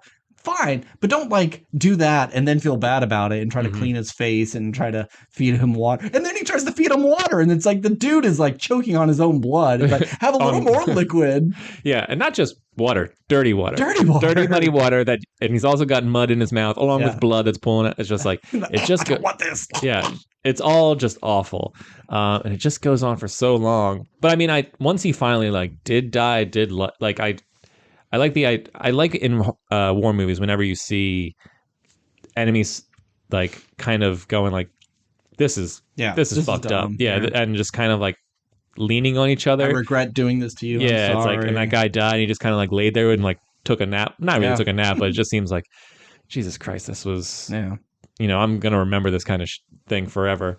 But okay, go ahead. I have one note here that says Daniel Bruhl, he's so cool. Not that he does anything cool in this, but I just like that he showed up. Like, if you need a German actor, he's your go-to guy. Yep. Him and good old, I was going to call him Werner Herzog. Hans Landa? Yeah. That guy, Christopher Waltz. I don't think is he German? Is he not? I thought he might have been. Was he Austrian? I was going to say, I thought he might have been Austrian or something. Oh. Maybe he is German. Doesn't matter. Yeah. They were both in Inglourious Basterds. So. But yeah, there's like, you need a name for this? Yeah, it feels like Daniel Bruhl. It feels like they were like, all right, well, we need someone that Americans can kind of recognize for the trailer. We'll throw him in there. Yeah. So, I mean, it was nice to see him, but once again, like, his scenes didn't really add anything to me. But well, I think there was one last thing I wanted to say. I got a couple things. Okay, go for it. Why even bother with coffins? You gotta ship them in. You gotta make them. They're just burying them right there in the battlefield. Why even bother? I know we're supposed to like respect the dead, and there was something recently that I watched about, when we stop burying our own, that's when we start becoming savages. Maybe that was like a Walking Dead thing or something. But like, if you don't take the time to bury your loved ones, your fallen soldiers and stuff, you become more of a primate, primate. A beast of a Yeah, man. you become more of a monster. But when you're in war, why are you putting them in coffins? That seems like such a waste of material. And for how many that they had, you would need truck after truck coming into battlefields to drop off so you can bury your dead. Just throw them in a ditch, burn them, something, but don't waste the good coffin wood. It's just for a country that's collecting boots and shirts to reuse, it seems like coffins is like an expense that maybe you could cut back on. Yeah, I think it's just a matter of one, the time and people being very religious and Being respectful. and like, even to this day, like you treat soldiers with I respect, mean, and it's we just probably like, just like body bag them until we could get to them a place. yeah. We So coffin like, them. is it a waste of time and money? Sure, Yeah. but is it like just part of the process? Mm-hmm. Of course. Can you imagine, like, we were talking about the main character going home and not wanting to go back to the front lines. Like, we live in America. Our country is enormous. A lot of our states are bigger than a lot of countries. Can you imagine being in like Nebraska and there's a war in Kansas and it's just like right there on the border. Yeah. There's a war 100 miles away, 500 miles away. That's why like European wars are so crazy, because it's like Germany and France and Italy and Spain and United Kingdoms, like these big fucking major and they countries. can pretty much just fit into the middle of our country. Yeah, you could take a train ride for 8 hours and go completely across their country, no problem. But it's just so crazy to think of, like, 50 miles down the road, they're having the war that's going on. Like those milkmaids, they're just going through the land. I'm sure they're a couple miles off from the front lines, but it's just like a war's going on, and they're, milking turnips and stuff. Yeah, I just think what a crazy thing. Like, as Americans, we are so lucky that like we go to someone else's place and fuck their shit up, and then come home to our nice clean country. Yeah, it's not to like get political or anything like that, but just Steve, get political. No, it's interesting, whenever there's like a terrorist attack here or anything like that, it's always just like 9/11 happens, like, oh, we can't ever let this happen again. It's just like, you know what, like the occasional terrorist attack might not be that big a deal. Only because knock us down a peg or two. Not obviously don't want that to happen, shouldn't happen. I don't agree with it. But what I'm saying is, it's like that. Imagine living in Europe that has had multiple wars. That's like, you see these war movies where like towns and cities are just like eviscerated. Like no one can live here anymore because all the buildings are like half the walls gone, and just missiles have just destroyed everything. Hiroshima and Nagasaki were like wiped off the face of a map in a blink of an eye because of atomic bombs. And it's just like, we live in America where like no one, except the English, I guess, in the very beginning, ever really gave us that much shit. Because we're not a country you can conquer. Yeah. Maybe Canada, maybe Mexico. And Mexico could only get like a certain part. At least Canada covers the whole north of it. But it's way too big to be an on foot sort of battle. And I mean, you could argue that's like, well, that people don't really come after us because, we're the guy with the biggest stick or whatever. It's like, so we're gonna do some damage on you. But at the same time, it's just interesting that it's like there's entire countries whose like countries have been eviscerated by war. It was just like long-standing times. It's like, and then here's America, this young up-and-coming country. It's just like, occasionally we get punched in the face because we've been acting a fool, but like we can also fuck you up. Yeah, we've all. Like you could be in a foreign country and they'd be like, do not cross that border. They don't like us. They will kill you. And for us, like, oh, don't go into that country. We have rival football teams. That's as bad as we have to do it. I mean, we definitely have, countries and counties where it's like, oh, you're black, don't cross that line. You are not welcome in that town. So we do have that. But Rarely it's like, don't go in that country. They have landmines and RPGs because they don't want us to cross the borders. Right. Let's talk about the music real quick. Kind of crazy music in the beginning. It was like, thank you for bringing this up. It was like jazzy and electronic. It was bizarre. This drove me insane because it's not just the beginning. They use it later. It was just like this, like thing. Blah, blah, blah. Yeah, that's what it was. Yeah. Did you write down? I want BWA, BWAY, BWAAA. Yeah, I was so confused by that choice. It's like Close Encounters of the Third Kind. Yeah, I was like, what is this? Yeah, I kind of loved it. I thought the music, because it was just like, just set this really ominous tone, and it kind of like just had a rhythm to it in the beginning, and I was down for it. And then the music kind of falls in the middle. It's more sounds of action, and then they kind of bring it back. I wish the music kind of fed over the whole thing more like evenly, right? But I'm glad what we got, because it was different than any war movie. Normally it's such patriotic sounding, or like, you know, it kind of reminded me of like Civil War times when they like have a drum and stuff. It kind of had that feel to it, but more of a jazz electric beat. Right.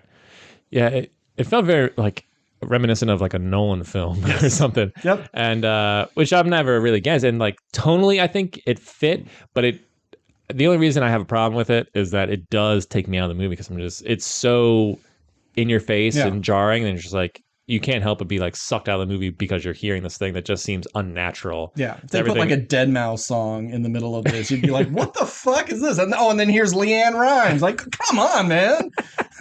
Pick a tone. It says all quiet on the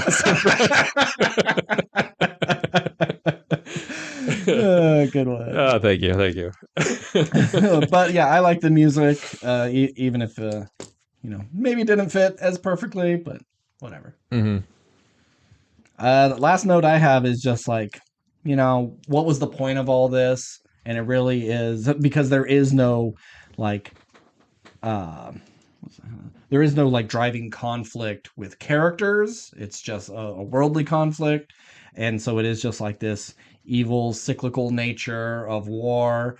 You go in gung-ho and it corrupts you, and then it just like churns you up and spits you out, and because it doesn't matter, because we got the next busload of kids to come in, and how some of the generals are just so like, we need to fight back harder, and they're like, motherfucker, we are getting our asses kicked, and we have like no one here, and like, well, we got to for our honor, and like they're so far removed from the actual action. But it's the same message of most war movies: is war is bad. Yeah, don't do war. Yeah, I mean, I wish I knew enough about World War I to go like what, because like if you just saw this movie and didn't know it, it's like, so what are they fighting for? Like, I mean, obviously, like the assassination of Archduke Ferdinand was the kickoff. Sure, but it doesn't seem like oh, we want your land, and it's like, okay, it is stupid for us to go like, well, what did you want with this war? This is world history. We should know. But for a movie, you're supposed to inform your audience. Right. That's what I'm saying. So we need to know. We know World War I was this big thing, but for some of us dummies who don't remember things like that, it's helpful to have a conversation between people of why we're here. Yeah. And it doesn't have to be a super long thing. And I know, once again, it's just like, well, this movie's not about that. It's just about war is bad. Here's like what this soldier went through and like why that is bad. And it's like, I get that, but it's like, I will be more invested in this soldier's plight if I knew why specifically. I mean, he does have a scene where he's just like, I joined because I wanted to like prove my parents wrong or whatever. It's like, yeah, but we didn't meet your parents. What were they holding you to? Yeah. You're going to be a shoe cobbler. I don't want to be a cobbler, Dad. Or it's like, even if like they believe like, oh, well, I want to fight the French because their country did stuff to our people 50 years ago. That could have been a line. Sure. It's like, I had no context as to why they were fighting the French or whoever else was in this. It's like, why were they the bad guys other than like, that's who we were told to fight? Yeah. Leave your comments below and tell us why we're so dumb. Yeah, give us a history lesson. Excuse me, don't you know XYZ? Because like, with all the World War II movies we've got, we pretty much know like all other reasons aside. It's like there was Nazis were killing mass murdering people. Yeah, that's bad. we know. such a simple enemy that like we can all get behind. They were the fucking worst. But in terms of World War One, were Germans bad guys? Were French bad guys? I don't know. Yeah. And I gotta watch The Kingsman again. So that movie does a better job of like explaining conflict and why this family is doing this and how things got started than this movie. And at the end of this movie, you find out that roughly 17 million people died in World War I, which is crazy. Insane. I think it's the war with the highest body count in human history. Is it like per population compared to World War II, where maybe like the population was bigger, we may have had more people die, but there was more people on Earth? I don't know, but either way, the fact that 17 million people died. Wasn't it like 7 million of that 17 were German? It was some crazy amount of that. And just because there was no real strategy. It was just you run at them, and whoever doesn't die, hopefully you can take them out, and then you can have the trench. And they would do that. Just go back and forth. And they would just go back and forth, which is just insane. Like watching The Patriot, like is once, people may not like that movie. I don't. I enjoyed The Patriot as a young man, but what flabbergasted me is just like the gentleman's warfare, which is we stand in line and you stand in line and we face each other. We fire and then you fire and then we reload and we do that until we decide let's charge at each other. Now. And it's just like, but you just stand there and take bullets to the face because it's the gentlemanly thing to do. No shields, nothing. Nope. Whatever. This is just how you do war. Yep. And then we're like, no, what? We're not going to do that kind of stuff. We're gonna dig trenches and like think smart until we don't have to, and then we're just gonna run at them. And hopefully it works. Like running at open gunfire isn't a strategy. Like running at dudes with muskets, I can get behind that. Running at dudes with heavy machine guns and tanks seems like a bad plan, but everybody was doing it. I don't want to run at the guys. Everyone's doing it, man. And can you imagine if like that's the kind of warfare we had, but like in the internet age, where it's just like everyone knows that we've been fighting this war for 2 years over 3 football fields worth of length, and we haven't made headway either way. We're just throwing like 1 million people have died on this battlefield, and what have we gained? Yeah. And they're it's like everyone would have abandoned the war forever ago. You would think. Maybe, I don't know. And they even had times where it's like, okay, we're calling a ceasefire. Everybody gather your bodies and regroup and clean your wounded and stuff. Like, we had like rules to this. And you'd think, just if you're running at each other to kill each other anyways, like why would you ever have any rules? You think you just keep going until you win, but they would have ceasefires. It's like, oh, it's Christmas. We're having a ceasefire for Christmas and people are singing songs and like having a good old time with your enemy. And then, oh, well, got to get to bed early. I got war in the morning.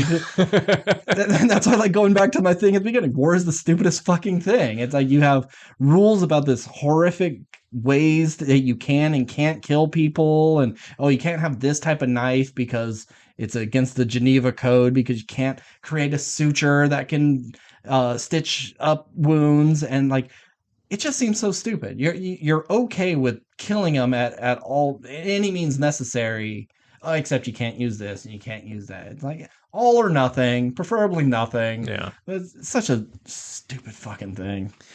Yeah, I mean, war as it's happening is definitely the dumbest thing, because pretty much every war just includes a bunch of people who have nothing really to do with the situation dying for something that will, like, they'll probably not really see the outcome of.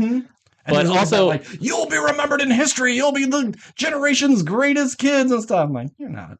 Your name's on a plaque somewhere, and they tell 6 generations later, like, oh, those people died in a war, and they're like us. Like, what's on TikTok? what was that war about? Oh, that happened here? Really? Yeah, maybe we're just assholes because we don't know, and whatever. But at the same time, go to war? If I remember correctly, my dad was in the army as Vietnam was happening, and I think either he got drafted or he was about to be drafted, and then the war ended before he could go. Like, he was, I think, just in like he was still in training or like just got out, and they were like, "Yep, war's over," so he didn't have to go. But I think he was in the process of like possibly going over there, but didn't actually have to go. My dad was in Vietnam. Didn't see a lot of action, but he was. There was no Forrest Gump or nothing like that. It was more just like we're in this thing and we're guarding this thing, and wasn't like really under attack all that much. But my grandparents on my mom's side, they were in World War II, and my grandpa was is it my dad's dad was. Are your parents first generation Americans? Oh, well, I guess, yeah, World War II, I guess they were American. Never mind. I'm sorry. I was thinking for a second that my parents when you said your grandparents, their parents were World War II. Gotcha. But my mom's dad and mom met in war. She was a nurse, and there's a story being told by my mom, like this guy soldier came in with his helmet on his stomach, and she's like, "Oh, what can I do for you?" And he just like tips it down, and his guts were all inside the helmet. That's awesome. That's fucking gnarly. Yeah. And then they made out. She sewed him up, and then they got married. No, my grandpa was not the guy with the guts. No, I'm pretty sure that guy died. But yeah. No guts. You're dead. Anything else? I just really liked at the end where, after Paul died and the guys collecting the thing, I liked that the two groups were in the same trench together, and it didn't seem like there was any real animal. Like they had just attacked. They had like all just killed each other, and it was just like, nope, ceasefire. Yeah. Like the war's over, and you're just like, Jesus Christ, thank God. And they're all just like, no one's like, fuck you fucking frog French piece of shit. No one like bumping into each other. It's just like, bro, we're all just so tired. Let's just all go home. We don't need to do this anymore. So I kind of like that aspect of it. And had this been a longer movie or more intimate movie, I could have seen there being a real nice scene there of just like like a German and a French guy like sharing cigarettes or brandy or something like that. Just like, like kind of meeting as friends. It's like, I never wanted to kill you, man. It's just, I had to do what I was told to. That scene where instead of getting stabbed in the heart, like they're both standing off like, I don't want to do this. Yeah, neither do I. And they just kind of stay on their own sides of the trench. And then after the war is over, they both still survived, and they give a little nod and bum a cigarette from each other or something like that. Yeah. Oh, well, we didn't really talk about that scene. When Paul and that guy were fighting, they rolled down the stairs and everything. And they were like staring at each other. Did you think that Paul was gonna like die when he came out and like got stabbed from behind? Did that like surprise you, or? No, I don't even think I know what you're talking about.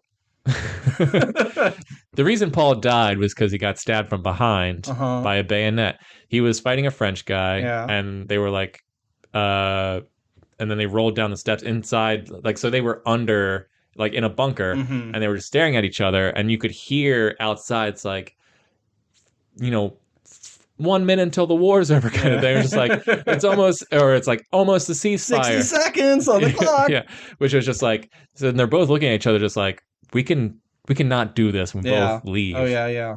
Kind of thing. And I was just like, I love that part. I thought it was just like such a great way of just like, one, establishing time, two, establishing these like characters who had like no interaction. I don't even think that French guy had a line. And it's just like, they're just looking at each other. And it's like kind of tense. It's like, are we going to fight? Or can we just like let this go, guy? And then Paul just gets stabbed at the last second. And you're just like, fuck, man. He was like 60 seconds away from going home. Yeah, no, I didn't. But I think by that time I knew it was wrapping up, and I wasn't taking notes and doing any critical thinking anymore. Well, I really like that part. So yeah, just I really liked this movie. Was it a little long? For sure. Yeah. And what I liked a little bit more character work, maybe a little bit more stuff with his family and his friends, so I was more invested in the characters. Yeah. But did it convey the message that war is terrible, and like the fact that these dudes went through this thing is awful? Totally effective in that regard. So I'm gonna give this movie a B+. I gave this movie a B-. It's above average for movies, but it loses a couple of points because of real no characters. Sure. Yeah. Fair enough. Cool.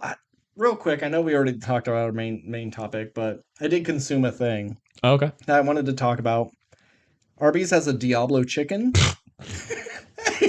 It's the food part. Okay. So that they're advertising their Diablo chicken and their Diablo fries, and if you get those in a meal, your drink is a milkshake because they're like, "This is so fucking hot, you're gonna need this milkshake." So, all right, let me guess. It's ham. Yep, it's just a pile of ham actually. It's ham on a bun. The bun is no, it's just a bun, but it's got jalapenos on it. Uh-huh. Let me know if I'm getting any of this right. I mean, I don't know why you said ham for a chicken sandwich. Oh, I'm sorry. I forgot the chicken sandwich part. You said Arby's, though, right? Yes, it is Arby's. Okay, so I just immediately... Yeah, I blanked on it's chicken, and it's got like a spicy jalapeno barbecue sauce. And it doesn't taste like barbecue, but it is just like a finely diced jalapeno with a spicy sauce. So it is a chicken sandwich, chopped up jalapenos and sauce, yada, yada, yada. So it's just like a spicy mayo, or you said it's a spicy barbecue sauce. Spicy barbecue, okay. Yeah. So I order it. I don't get the fries because who cares? But they advertise it like, record yourself on TikTok, and so we could see how you react to this extremely spicy chicken sandwich. And like, all right, cool. Like they're really stepping it up. This shit ain't spicy at all. It's fast food spicy. You can't make it too hot because people are going to complain. They're going to ask for their money back. But this wasn't even like, ooh, it was a little tingly, but that's it. Like, I did not need to like reach for my drink to satiate myself. I'm just sick of all these like spicy things not being spicy. It was a good sandwich though. I'll definitely get it again. Yeah, I feel like for the most part, when something's spicy, it's just spicy flavored. It's not actually like, I don't know what spice flavor is, but that's what it it's just like, oh, you like Doritos, you'll like the sandwich. Mm-hmm. You know? Yeah, it's a shame. I'm looking for something just a notch hotter, just to make me go like, whew, yeah, and actually need a drink to kind of like take me a minute. I was just going bite after bite. It was nothing. But I'm not going to talk shit on Arby's. It's one of the best fast food places out there. Everyone talks shit on Arby's. It's one of the greatest. I'll eat Arby's over pretty much anything but Taco Bell, really. I'd say Arby's is my number 2. We should bring fast food sometime. Okay. Or do a fast food draft. Oh. Yeah, because we're both taking Taco Bell right for number 1. Oh, of course. Yeah. Like, well, I feel like, no, we'll save it in case we do it. In case we do it. Okay. Because I already know what number 2 is, I think, for either of us if Taco Bell's not on the... I'll let you have Chick-fil-A, and I'll take Arby's. Because that's what you were going to say, right? Pretty much, yeah. Yeah, I love Chick-fil-A, but I only get one thing. Like, well, I mean, I get like different shakes and things that they get, but I get the spicy chicken sandwich, and that's it. I don't get strips. And I sometimes will get a salad, but I get one thing. Where Arby's, I'll get anything that they have. All of it's good. I have a lot more variety, and their fries are better. And Arby's fries aren't really that good. Like Chick-fil-A's fries are not great. So yeah, I'll let you have Chick-fil-A if I could have Arby's. So Taco Bell number 1, Chick-fil-A number 2. Yeah. And so you would be Arby's, and then what's your number 2? Oh, so you get Taco Bell and Chick-fil-A? You get both of them? Well, okay, yeah, that's what I'm saying. It's like I pick, if like let's say I pick first, I would get Taco Bell. Yeah. And then would you pick Arby's over Chick-fil-A? But see, I'd want to, because I don't think you would be picking Arby's. No. Okay, so then I would take Chick-fil-A for my number 1, just to steal it from you. Well, now you fucked me.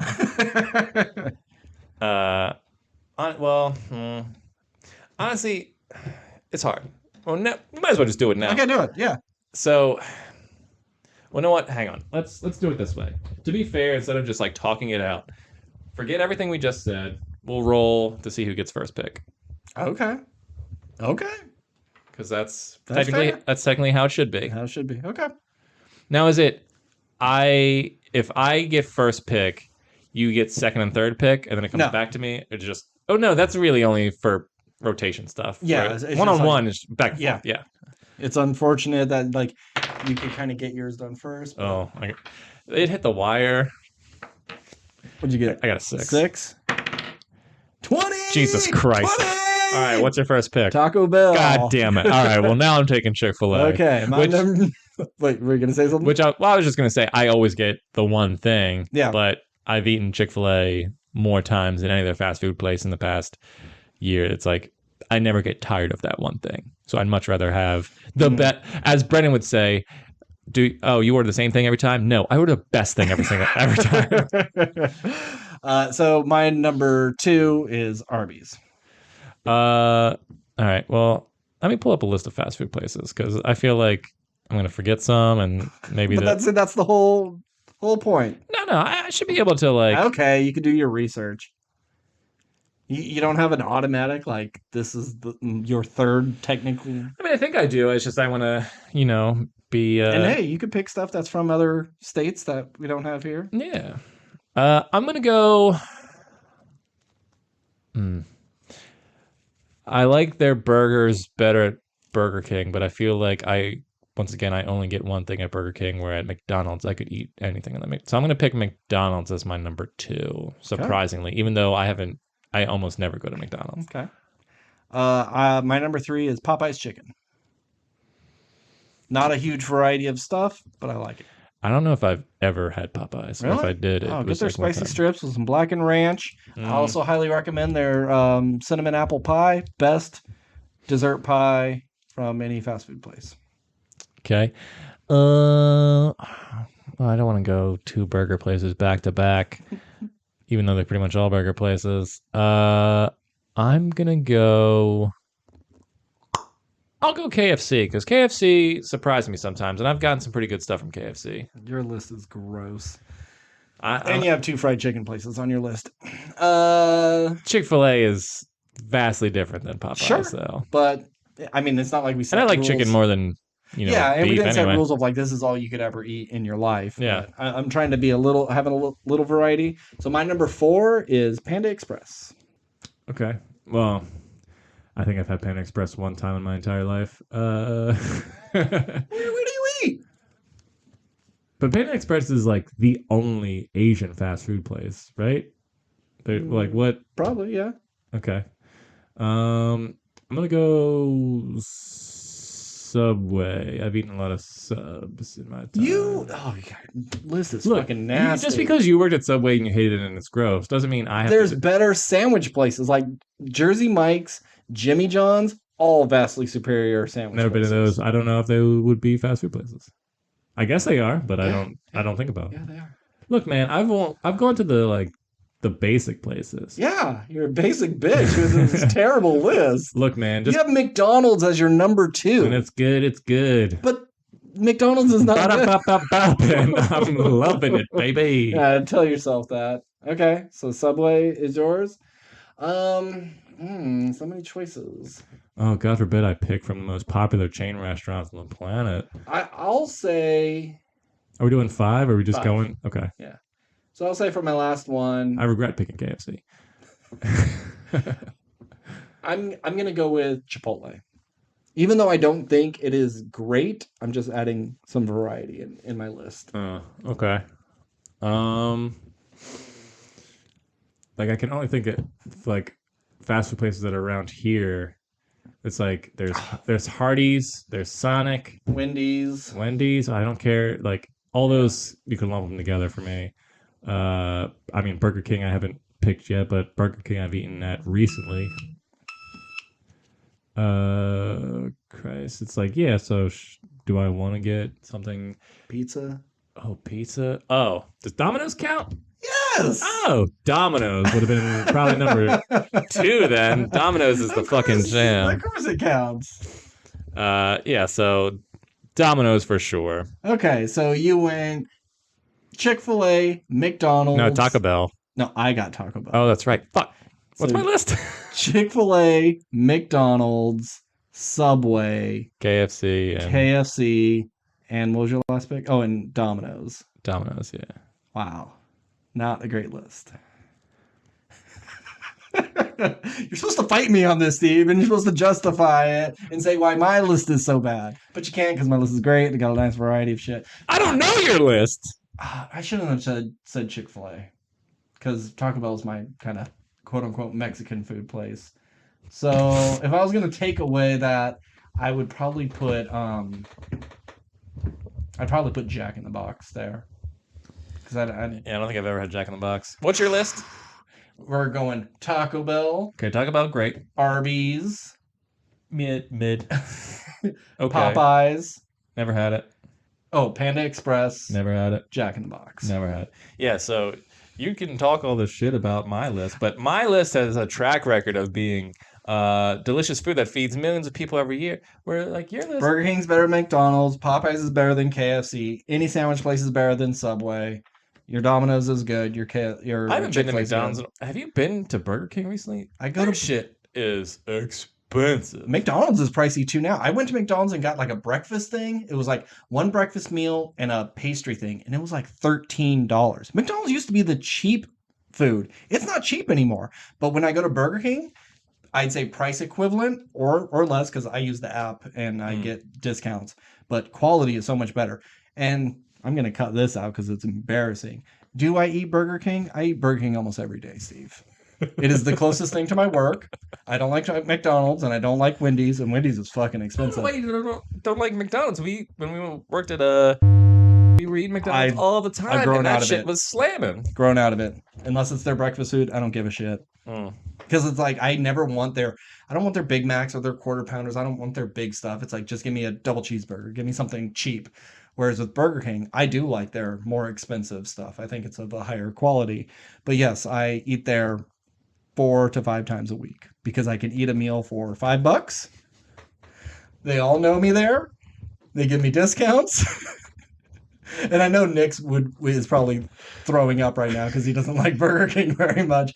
But it's just, if I go to any other place, I have to cross through an intersection in a busy light. And it cuts down on my eating time and stuff. So Burger King is close. They're never really all that busy. I'm hot. That's so funny.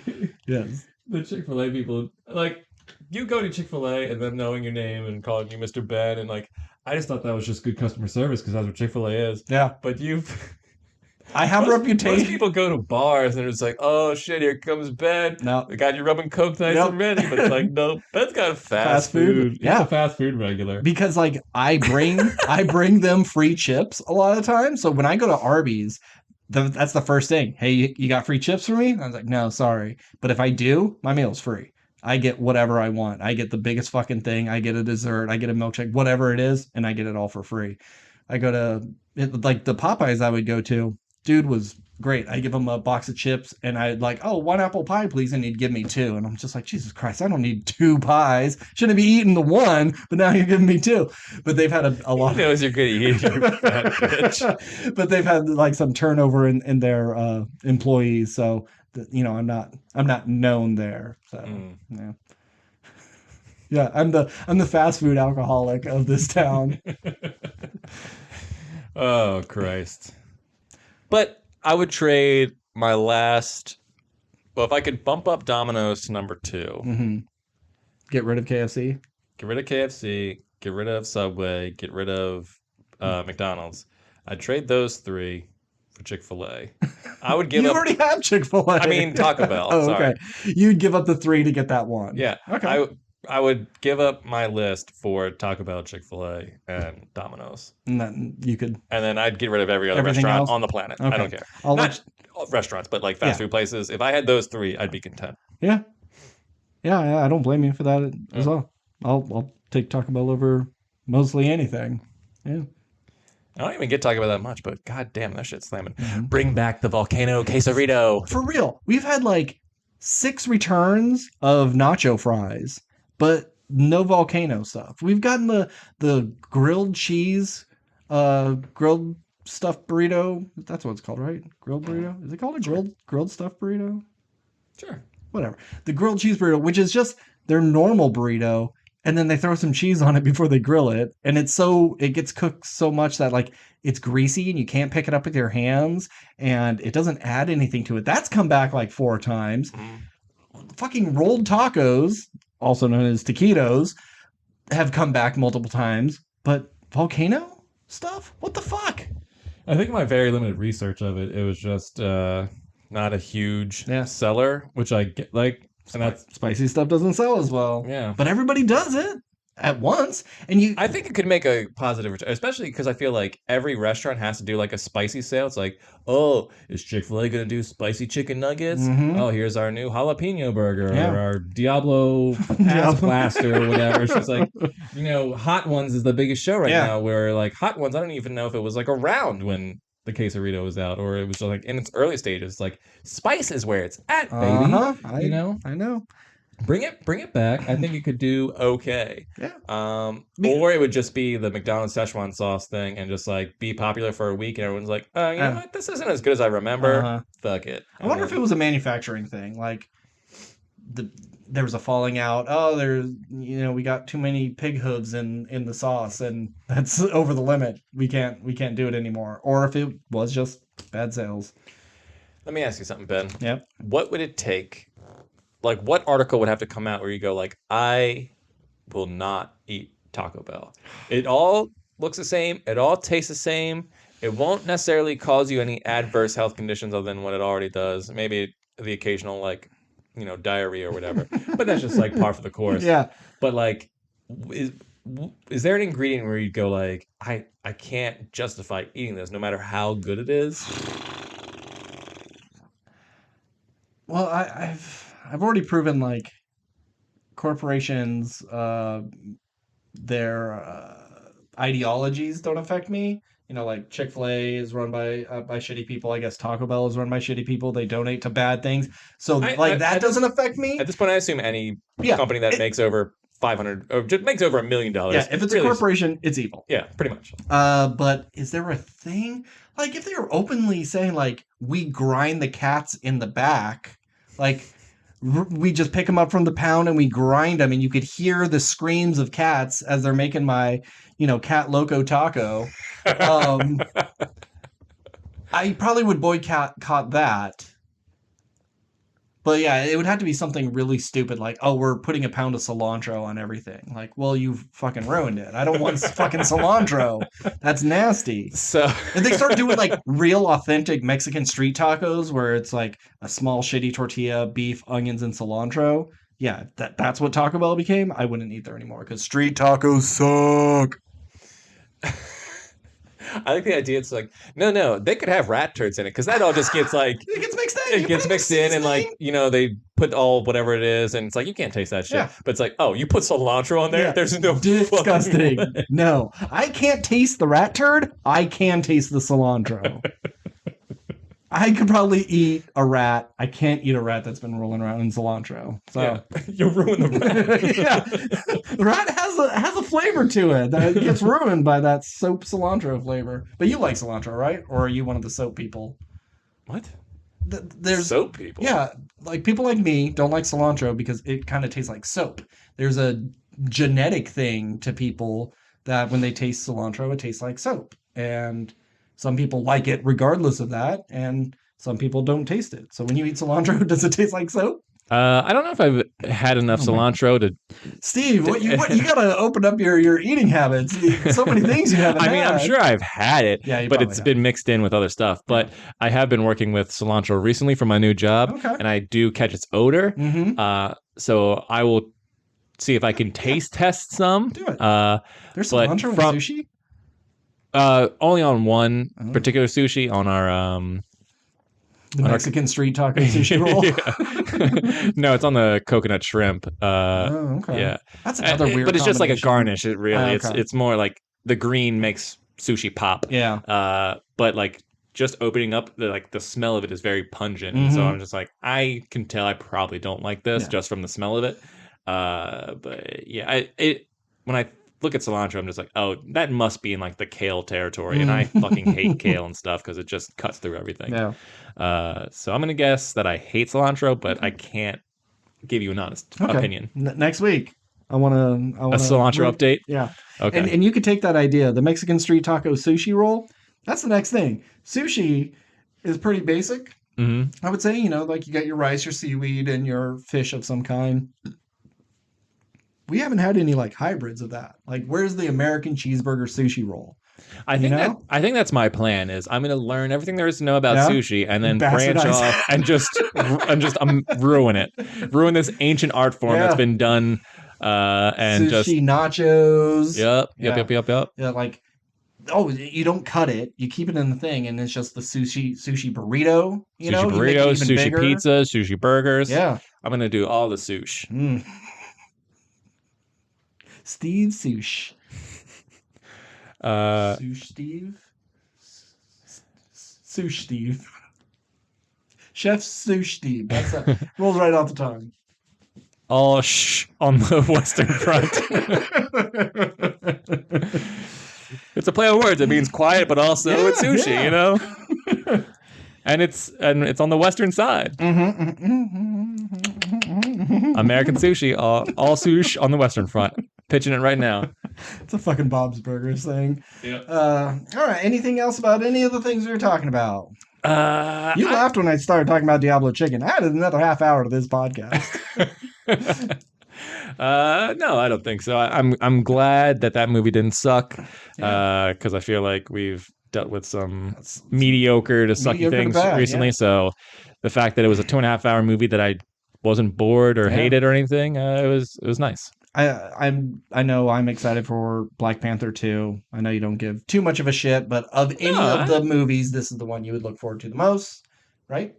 For Black Panther? For any Marvel stuff, like Oh, you care more about this one. Yeah, than I've said on here before that of all the Marvel stuff, I'm moderately excited for Black Panther just to see like what they do, and I'm a big fan of Ryan Coogler and all that stuff. But do I expect to like anything after? Yeah, with Black Panther and all that?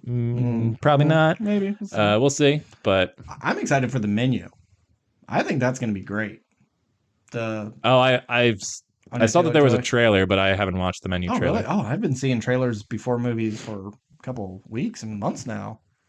I don't think so. Okay, well, avoid it because I think it's going to be a good one. It's just, I know Anya Taylor-Joy is in it. Anya right? Taylor-Joy, Ralph Fiennes, Nicholas Hoult, John Leguizamo, and others. Yeah. If I have seen it, I don't remember it at all. Okay, well, good. It probably would be better to go in a little more blind. I think a little too much is given away. Do you know who's directing it? No. Okay. Yeah. So yeah, next week, I don't know what's out next week. We could see the Banshees of Inisherin. Oh yeah, that's right. I thought that was this week, but it's next week. But anything else coming out?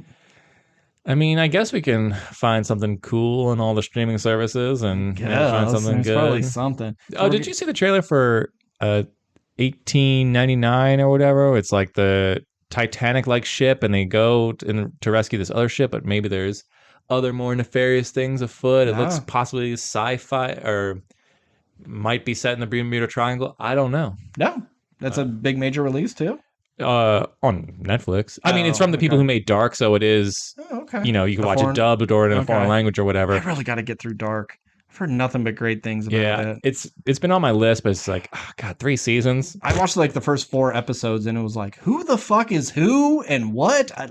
Because it's past and present and future, right? And so you have castings for all the different ages, and I think I need to just watch it dubbed because like reading all these names and like, wait, was that Gunther or was that Gunther? I'm not sure. So next week we'll figure it out. Sure. Yeah. So if you want to get in contact with us, we are at WRPL Podcast on Gmail, Instagram, Twitter, TikTok. Twitter. If Elon brings it down, should we abandon it? There's this thing of saying like once Elon unbans Donald Trump, everybody should like just abandon the platform in general and just let it tank. Mm-hmm. So I don't know. I don't believe people have the strength to do that. Yeah, they just got to find something that fills in that gap. I'm surprised people still use Twitter, frankly, but I think if it's just like, oh, wait, people can't see what I have to say, they're gonna have a hard time. They need some form. It's like, how am I gonna find out what Dua Lipa's doing? It's like, who cares, man? She had boba today. That's awesome. I liked it. Yeah, it's just one of those, and I've heard a lot the same with like TikTok, like, oh, I got banned and now I can't get my account back, but thank God because now I'm free and I don't have to deal with that service anymore. Mm-hmm. Like I don't use Instagram nearly as much. I don't use Twitter nearly as much. It's like Reddit and TikTok now, and it's bad. I'm like, every day is a fucking wormhole of just interesting content. You know, we can make fun of the movie as much as you want, but every time I think of TikTok and all these other streaming platforms, I just think of that fucking thing in Batman and Forever, or Batman sucking the brain out. Yeah, Yeah. that with the Riddler. That's all I can think about. Yep, pretty much. Yeah, maybe the Grim Cuddy got it right. You know, we're a little too obsessed with our devices. But oh yeah, I was wrapping this up. Yada yada yada. I said the thing. We're on the stuff. And as always, I'm Ben. And I'm Steve. Good night.